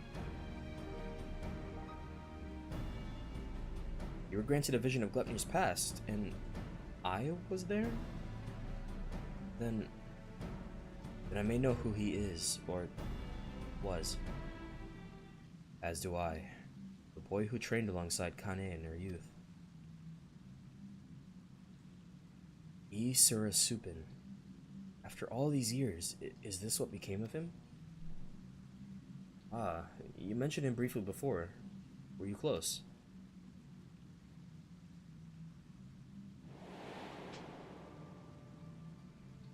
Isura was Pajali, like me, but he had never known his parents and devoted himself wholly to his studies. He embraced the role the forest had bestowed upon him. Truth be told, was a much better student than I ever was. A fair assessment. Oh, a fair assessment despite your esteemed... A fair assessment. Despite your esteemed heritage, you never took to my lessons as well as he. Ever dreaming of the outside world. Stealing off into the woods more time than I can count. And I keep watch over you at all hours, not even if I tried. The Elder Seedseer, a rebellious spirit. I can scarce imagine it. I resented being a Pajal. was inconceivable to me that I could not live among the others. I did not scruple to express my misgivings to Isumiyan at every opportunity. Isura was a pillar of constant support. It was thanks to his encouragement that I at last embraced my destiny and resolved to use my gifts for the greater good. We would become seedseers together, I believed, until one fateful day when we were gathering herbs in the forest of Isumiyan's behest. We met a wanderer hailing from a distant land who told us his beloved was with child, and that he had traveled to Gridanian to beseech the Great One for a painless birth. He asked us to guide him to the guardian tree. However, entry into such sacred places was not ours to permit. There was something odd about his demeanor besides. With regret, I refused him, but Isura was loath to turn away a goodly stranger in need. He agreed to guide the man, despite my protestations. I ran to Isumiyan as fast as I could, and together we made haste to the guardian tree. Shit. We found the man motionless on the ground, having succumbed to the Great One's rage. Next to him was Isura, alive, but unconscious. In time he recovered and related the whole story. In truth, the man had been an adventurer, a seeker of wealth and glory, and as he had knelt to make false supplications, he lunged forward to tear a branch from the guardian tree. He was yet a child, and Isura had no inkling of the darkness that could dwell within men's hearts. He learned the lesson that day, but the price he paid for it was great indeed. The Great One stripped Isura of his horns. What? That's possible? And with them the right to call himself a Pajal. I was forced to expel him from the Fane. What?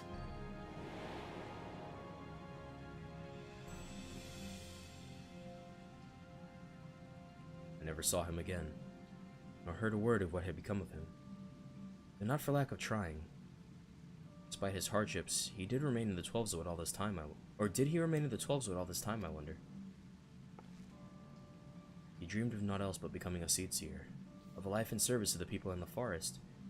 He knew the weight of the responsibility and was eager to bear it. But he was deprived of that purpose by the very elementals he loved, and yet he did not lose that will to serve, I suspect, and instead resolved to watch over the 12s in his own way.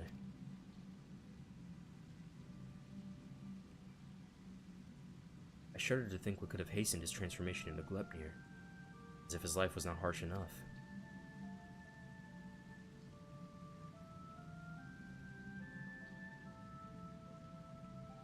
In our final conversation, Isura confided in me that he would search for a means to calm the Great One's rage and earn absolution. To that end, he said he would seek the counsel of the Mughals. They have called the 12s home for far longer than we have, and so none are more like to have knowledge of his most hidden workings. That comes as no surprise. He would not give up so easily on his dream. Even if the Mughals know naught of Isura, they may be able to help us in other ways. Will you travel to the Bramble Patch in my stead, Hayes? I have faith they will accept you with their charismatic aplomb.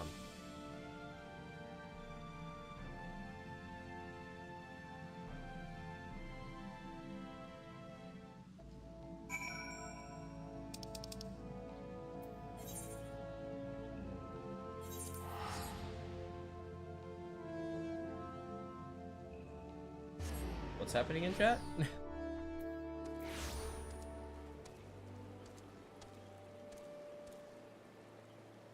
Oh. Okay, just regular shout chat stuff. I'm gonna walk. Oh, no, I'm not. I thought I was in Gridania. Like a dumb. Hey, what's up, Atsu?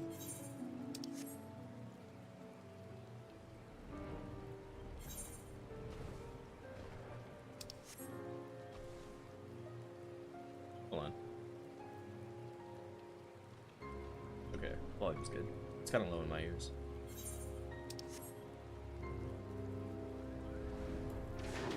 Scroll coop-de-coop. Surely you can see that I am armed. If it's all the same to you, we don't want any. Move along, Kupo. Huh?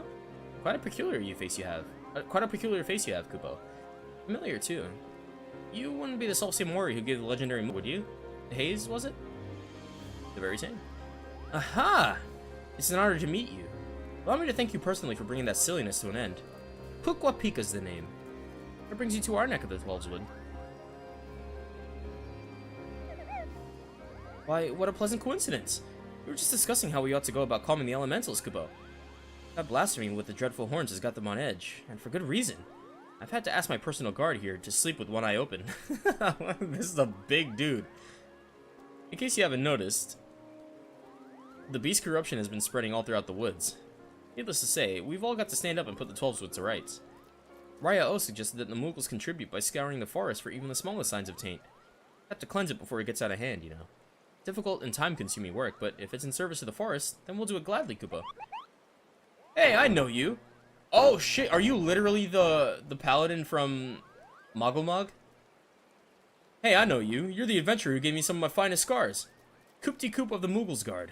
No hard feelings about the whole Hail to the King, Kupo, bit, I hope. Not going to call for a rematch either, in case you're worried about that. Raya O and the others cured us of our tempering, and afterwards sat us down for a stern lecture. No more calling upon good King Mogulmog, the 12th for us. He may ever remain unsummoned in his royal grace and splendor. Indeed, and what better way to make up for past indiscretions than to serve the realm? Even now our kin scour every ilm with the 12s would, and we would be remiss not to do our part. We'd be overjoyed to have a hero such as you helping us as well, if you're willing. Something tells me you have a sharp eye for the taint we seek to cleanse. Can we count on you, Kupo? Yeah, I'll cleanse your taint. Your reputation for magnanimity is well deserved. Let's begin by moving to higher ground, that we may survey the area and locate any particularly nasty spots of blight.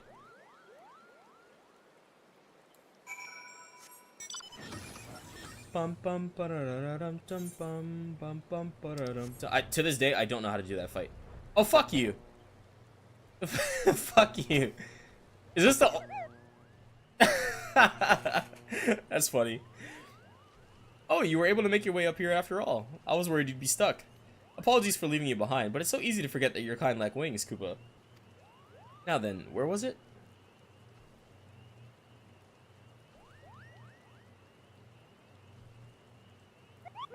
There, to the south. Let us cleanse that festering taint at once.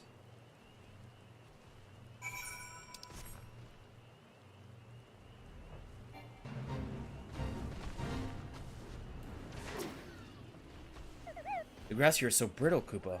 Restoring this area will surely put pep in the Great One's step. If it had feet, that is.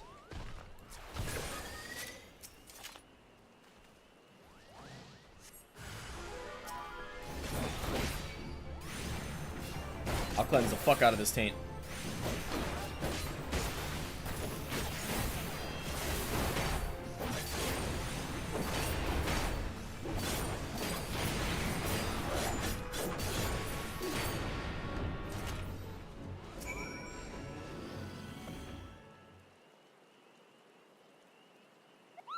That was some fine work, Kupo. I dare say it's in even better shape than it was before. The others are doubtless flittering about, stamping out corruption wheresoever it rears its hideous head. If I were the Great One, I would be applauding our efforts. Well, insofar as such a being without hands can clap, I suppose.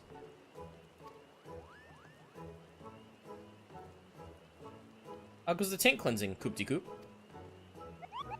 I did what I could, but I swear, as soon as I finish with one area, 2 more start manifesting a fresh taint. The forest's ability to heal itself is waning, and this sickness is spreading too fast for even a legion of Mughals to manage. If we don't come up with a better solution soon, the situation is more grave than we imagined, Koopa. Oh, what do we do? We should maintain our efforts to purify the forest regardless. Since there are only so many of us, we must also help the forest to remember how to help itself. A brilliant idea, I think. How do we go about doing that? Well, I was just getting to that part, Koopa.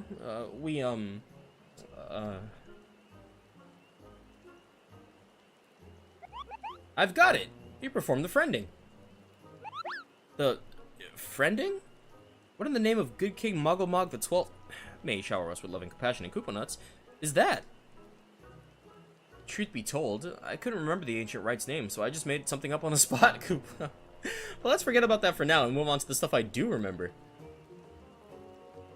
It's an old ceremony, first performed when the nation of Gridania was but a spark of an idea, of a random thought in its founders' heads.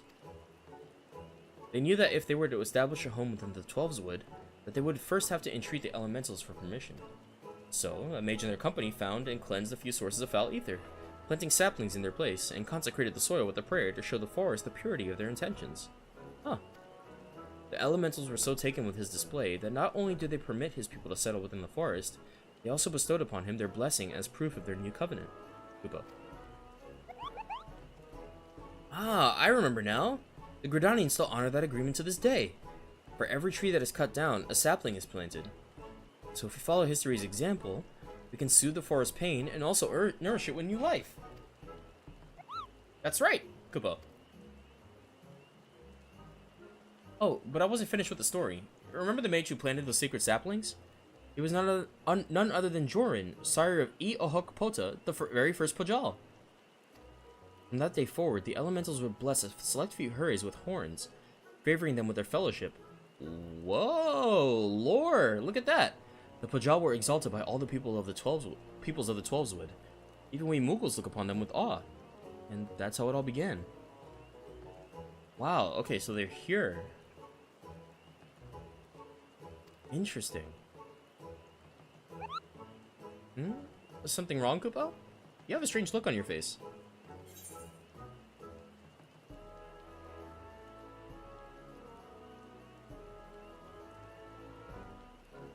Gleipnir may be a Pojal, former Pojal at least.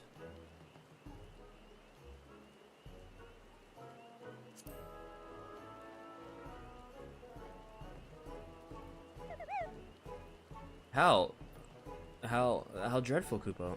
But what exactly are you saying?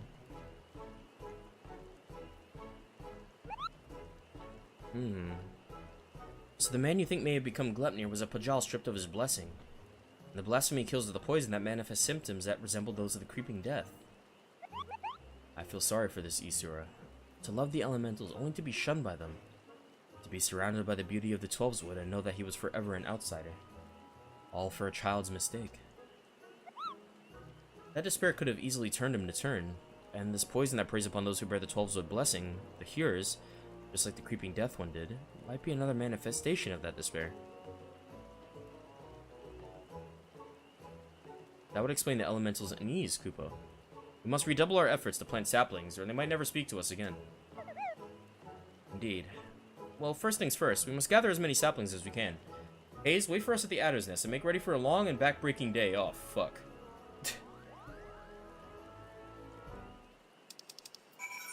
That was some really cool lore. Now, see, I wonder if that has already been explained in the lore books. I don't see why it wouldn't be. Speaking of which, where are my lore books? Not where I normally keep them.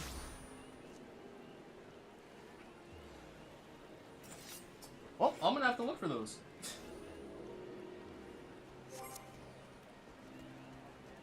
Definitely don't want to lose those. I mean, they might be where I normally keep them, just like under a piece of paper.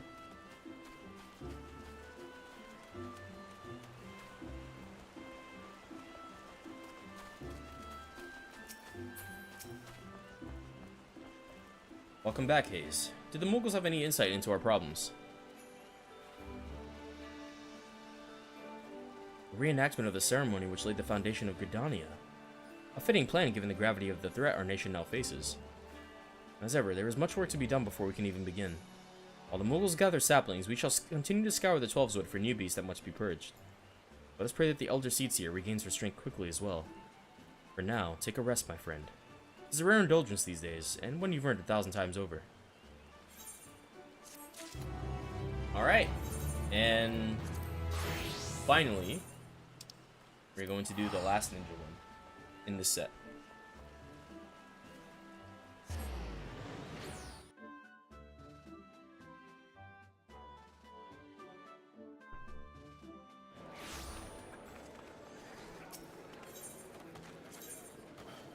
Bro, am I at 50 FPS in this area?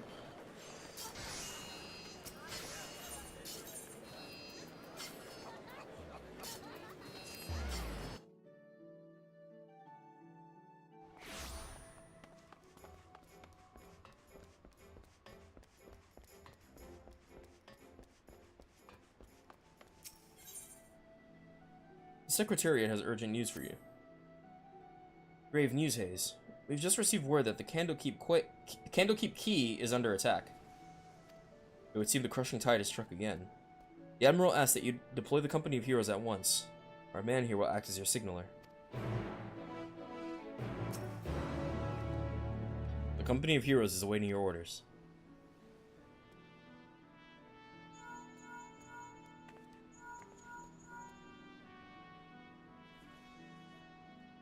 Candlekeep Key? Wolfland Dinel and Old Noon should be close by. What are your instructions? Lendinel is a hot-headed warrior who lives for the thrill of battle, while Uod Noon is a calm and calculating hunter. Both can serve you well, but better if assigned to a task suited to their skills. Didn't we just do this?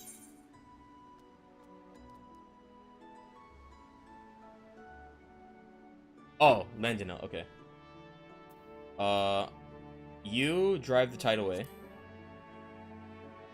Consider it done, Commander. And you defend the people. Understood.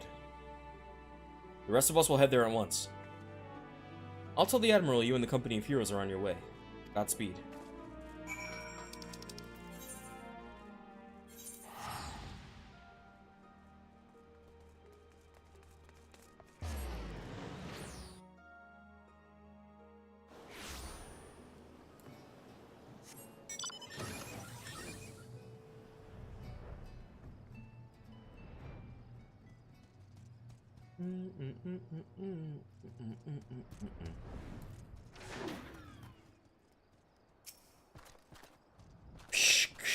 Brayflock's treasures go boom. Blast fishermen to bitty bits.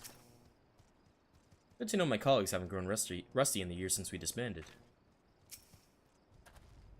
Is that all? I was just getting warmed up. Kept us waiting long enough, Commander. Not that I'm complaining. More fishmen for me to skewer. Jesus, man. Worry not. The tide has already ebbed, if you follow my meaning. Bars.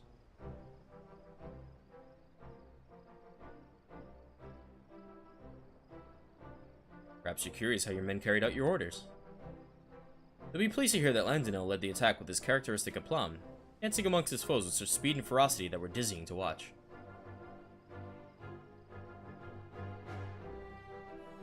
Uod Nun made full use of his talents in leading the rescue effort. Not a single man, woman, or child suffered so much as a scratch. My man. Squad. I had my doubts at first, but you've passed your first trial as acting captain with flying colors.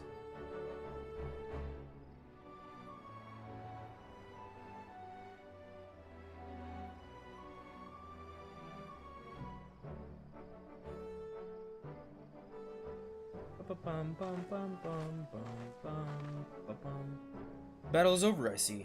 It is good to see the company of heroes can still live up to its name. I demand answers. Why did you target Candlekeep Key? Psh! I spit on your questions, filthy shorewalker! I was hoping we might do this the easy way, but you insist. Psh! So you would torture us? You shorewalkers are all the same. Savage brutes, the lot of you. Torture? Please, we are not so uncivilized as that, my slippery friend. Shh, gosh. Brayflock's tiny treasure will have fishermen trading tongue flaps in no time. Allow me to explain. Shamani, Lomani, and Brayflocks are well practiced in the art of interrogation. Shamani has a sharp mind, as I'm sure you've noticed, and a knack for getting information out of uncooperative types with a minimum of fuss. Brayflocks, on the other hand, her methods can be unconventional, to say the least, but it's hard to argue with the results. Well, Commander, the choice is yours to make.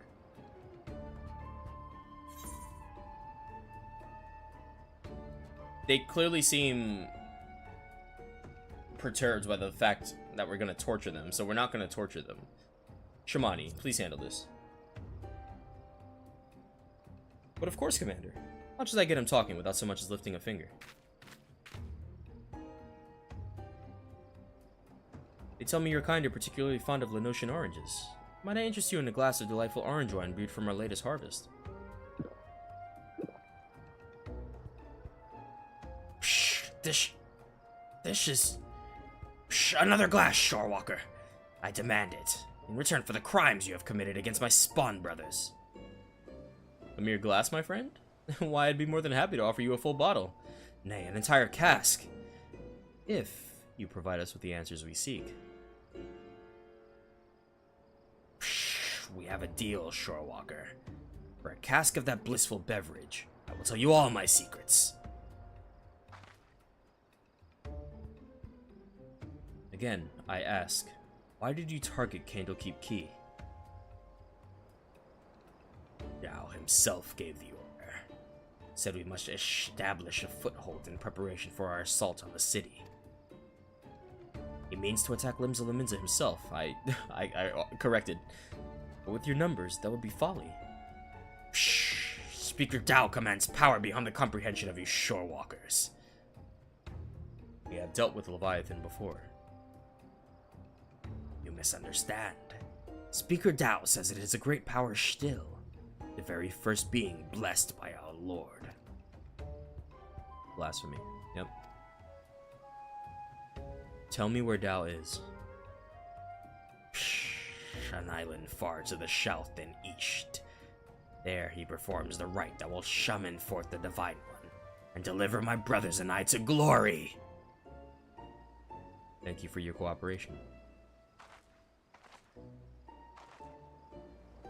I suspect that Dao is hiding out somewhere in the Ciudad Delays, a deserted isle most likely. I don't know much about these so-called blasphemies, but can they truly be tamed so easily? We have no evidence they can, but we must operate under the assumption that Dao has found a way. Already a ship. Set sail for the Ciudad Delays at once. Prepare yourselves and meet me at the docks as soon as you are ready. I'll have Shamani and Brayflox continue the interrogation in the meantime. Our friends here might still be hiding something from us.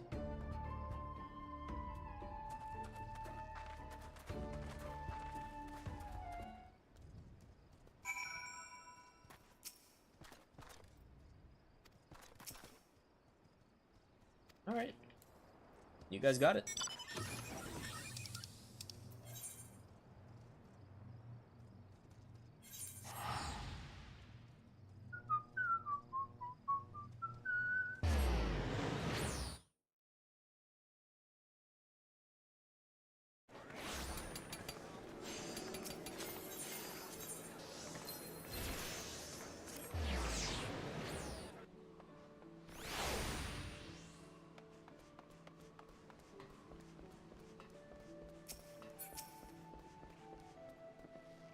Everyone is here? Good. We make for the Ciel Delays in search of Dao's hideout. Our friend Noel will be waiting for us there. The Blasphemy too may be present. Be vigilant and keep your weapons at the ready. Well, Commander, do you have any words for your men on the eve of battle? The duty of the strong is to protect the weak. Is to protect the weak.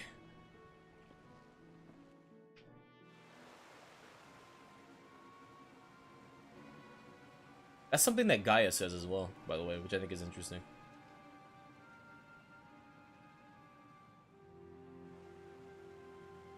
Meet again, Dao. Oh, is this a Hullbreaker?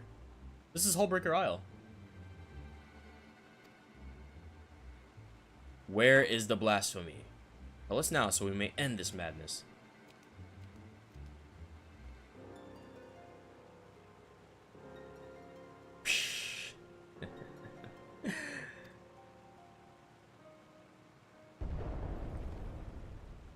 Is it Hullbreaker? No, it's the one where you fight Ymir and you have to go in the bubbles. I know the dungeon, but I could be misremembering the name. Godzilla! Oh, I was joking. What the fuck is this? This thing looks cool. Speak of the bloody devil. Psh, there it is. The dread beast I saw beneath the waves.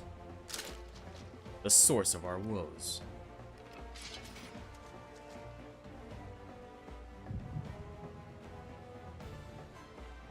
The echo of all the times.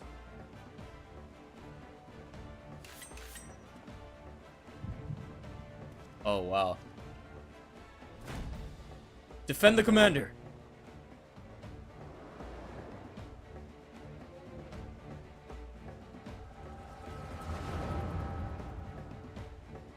That's the first time I think Hayes has ever tried to resist the echo from happening. Oh, is it the Broodmother? It has to be. Psh, I bring grave tidings, my queen. The wretched shorewalkers poison the minds of my Sprawn brothers with false words and foul magics. Our poor beguiled brethren renounced Lord Leviathan, and name him a false god. They treat with Limsa Laminsa, and some even call for an alliance. We must summon him, that the lost might receive of his blessing anew. This I would gladly do had our stock of crystals not run dry. Spawning time is nearly upon us, yet you fight and bicker amongst yourselves. How am I to birth a new brood when my children grown stand divided? Who dares enter the sacred chamber? Forgive my intrusion, Queen Mother. I speak for the Sahagin who seek an accord with the Shorewalkers. A new age is upon us. Needn't turn to false gods, or foment bitterness and bloodshed in our precious spawning grounds. The Shorewalkers have changed. They endeavor to understand us, to share these lands with us, that they may have peace, and we our spawning grounds. Would this be true? Lies! Lies! Do not be deceived by that one's delusions, my queen. He is a heathen who has strayed from Lord Leviathan's light. The Shorewalkers are oathbreakers, now and forevermore. As they extend one hand in friendship, they clutch a dagger in the other. We are beasts in their eyes, deserving of naught but slaughter. Oh. Well, for a blessed moment, I felt the faintest touch of hope. But you are right, then. They are demons, and we are damned. Oh, for woe. My poor children have lost their faith. Their minds poisoned by lies. They turn away from the Lord of the World, and cast their lot with the enemy. 'Tis so, my queen, 'tis so. We will have no choice but to abandon our sacred spawning grounds, and sink to the ocean's floor to rot, decay. This dude is an instigator. This dude got that S-tier instigation. Oh, dearest of my children, you tell them that we have no future?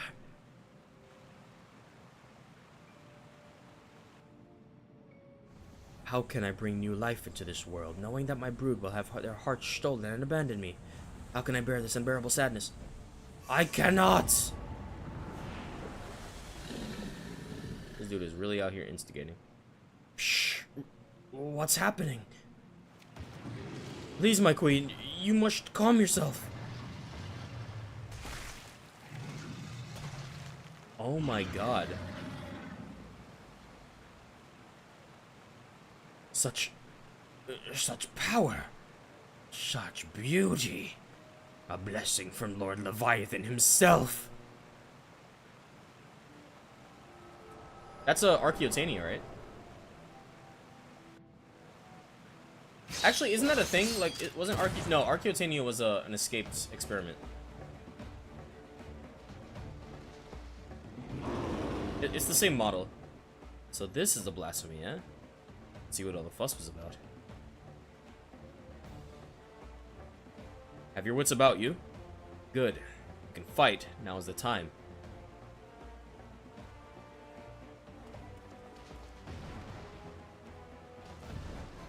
Strike now, my queen.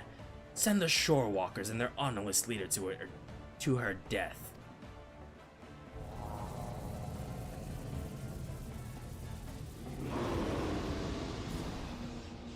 What?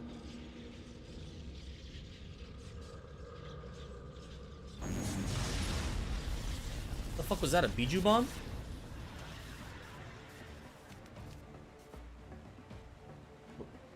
What's happening?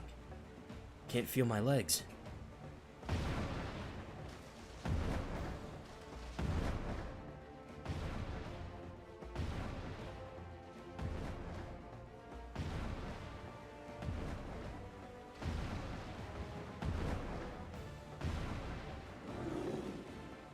Holy shit. Shh. Why, mother?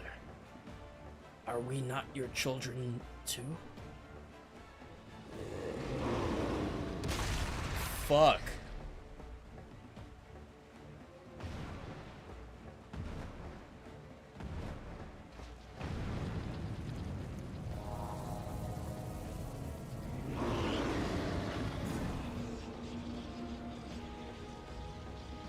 Damn it. I cannot weather another blow like the last.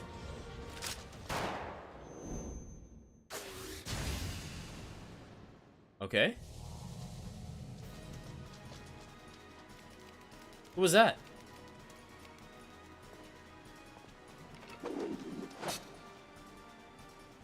Still don't know what in the seven hells just happened, but I'll be damned if I'm going to go down without a fight. Was that the that could be the machinist mentor? Because in 1.0 apparently he was he tried to kill Melvin.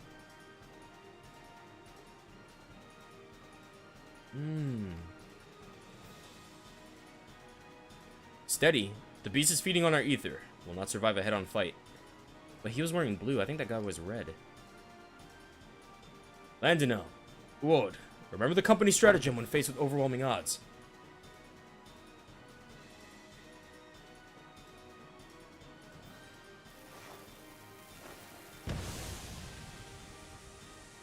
Retreat! Retreat! Let's get ourselves the bloody hells out of here! Okay, fair.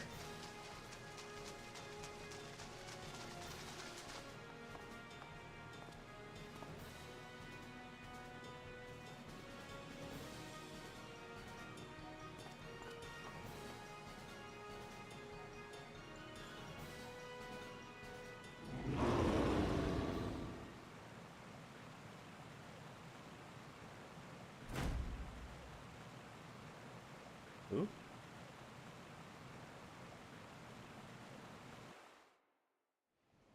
That seemed like a reveal. Are we supposed to know that character? Is that another 1.0 character? Because it seems like the role quests for Endwalker are bringing back 1.0 characters.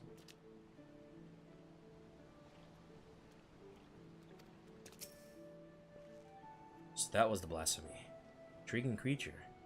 The first time in many summers we find ourselves with a worthy foe. Face to face with the damn beast, and I could barely lift my spear. Next time, mark my words, that bastard fish is going to pay. But no path to victory can be found. Flee and fight another day. It might not be the kind of approach that make a bard sing your praises, but it's kept us alive. That's enough.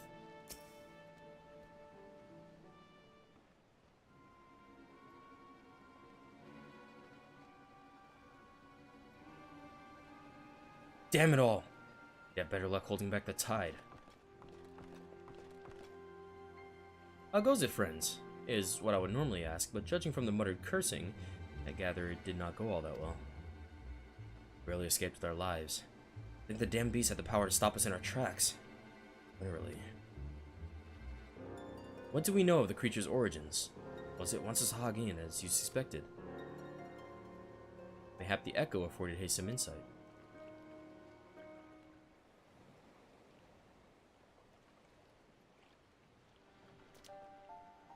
Thou's villainy knows no bounds, showing seeds of despair in our Queen Mother's heart, that she might transform in that monstrosity. If she was the first to turn, then there was nothing deliberate about it. Still, it's clear that his words served as a catalyst.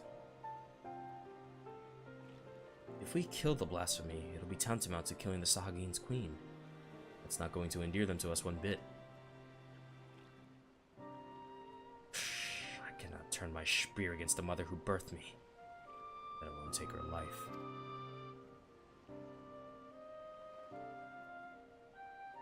Out of curiosity, did anyone see who fired that shot?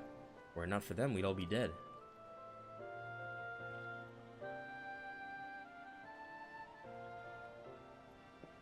I know not, but we must formulate a plan. Quickly. My scouts tell me that the blasphemy has left the island, and now roams the open sea. I'll order them to continue the search. In the meantime, we must find a means to overcome the beast's formidable offense. Leave that to us. Time and again, we've used our wits and experience to triumph over the longest odds. To defeat your enemy, first you must know your enemy. Tell me, Commander, what do you reckon the most valuable knowledge we gleaned from our initial encounter?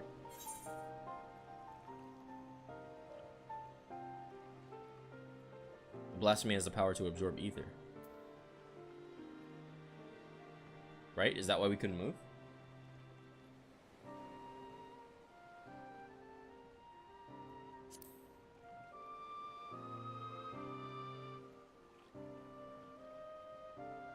I concur. Now that we know how the beast disables its foes, we can use this knowledge to devise a proper defense against it.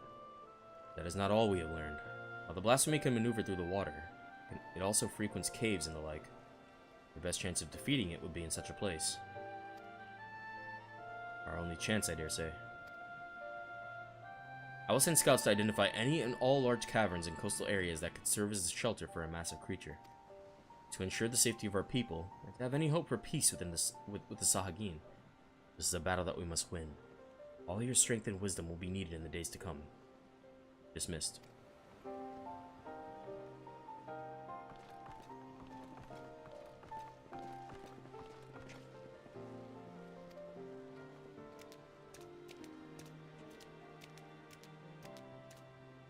Come, let us share our findings with the Maelstrom.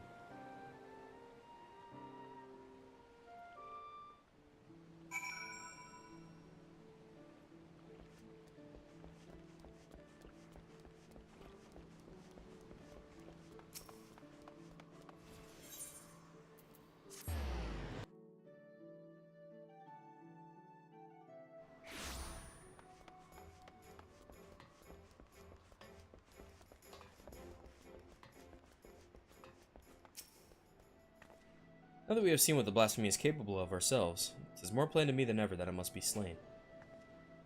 Reach out to all trade ships entering and departing Limsa. Inform them that any sightings of the blasphemy are to be reported to Maelstrom Command at once. Understood. But given the beast's abilities, how do you intend to overcome it? Trust the company of heroes, and Hayes, experienced primal slayers all, will find a way. And yet I will leave no resource untapped. There is one more whose experience I will call upon, if he would agree. Even Viscate is a loss as to his former commander's whereabouts, but mayhap Einzar could offer some guidance. No doubt you are so fatigued from the battle with the blasphemy. Pray rest while you are able. When we are ready to take further action, you will hear from me. Till then, take care. Yep, just walk into that pumpkin. Alright, so those are the role quests for 87 and 88. Interesting. All of them except for the magical DPS one, to be honest with you. I think that's the weakest one. Easy. All the other ones are really cool. And they're starting to come into their own with the level 88 quests. And I can only imagine what happens with, you know, the 89 and 90 quests. But yeah, the magical DPS one is just not capturing me, man. It's just not hitting as hard as the other ones. You know, more lore on Ishgard is awesome, or the Knights of the Round specifically. That's cool. More lore on Fafnir is cool. More lore on Primal Summoning is cool. It's just not hitting. You know? But we'll see what happens. You know, there's still 2 more quests. You know, it's not completely dead. So, we'll see. But I'm going to head back to Charlian, and I'm going to position myself in the hotel. So I could be ready for next session. I don't know if I might do, like, duties or something, like dailies, while I'm at work tomorrow, so I could be ready for the next role quest when we get to them. I actually really like being leveled ahead of time for them, so I don't have to like suddenly cut off the stream and not make progress. But yeah, I have to get Paladin and not Paladin, Gunbreaker and Bard to 90, and I think I might just do that like straight. So yeah. Well, here we are. Can I sit at this? Alright. Thanks so much for stopping by. I appreciate it. I'm ready for more trauma. I guess it's not really trauma. I'm ready for more hype. In the Endwalker MSQ. It's been fire. Especially that last part, so see where it goes as we enter our third act. Thank you for stopping by. Sorry for going a little late. A little over than my usual time, but I appreciate you joining me all the same. Have a good one. Peace.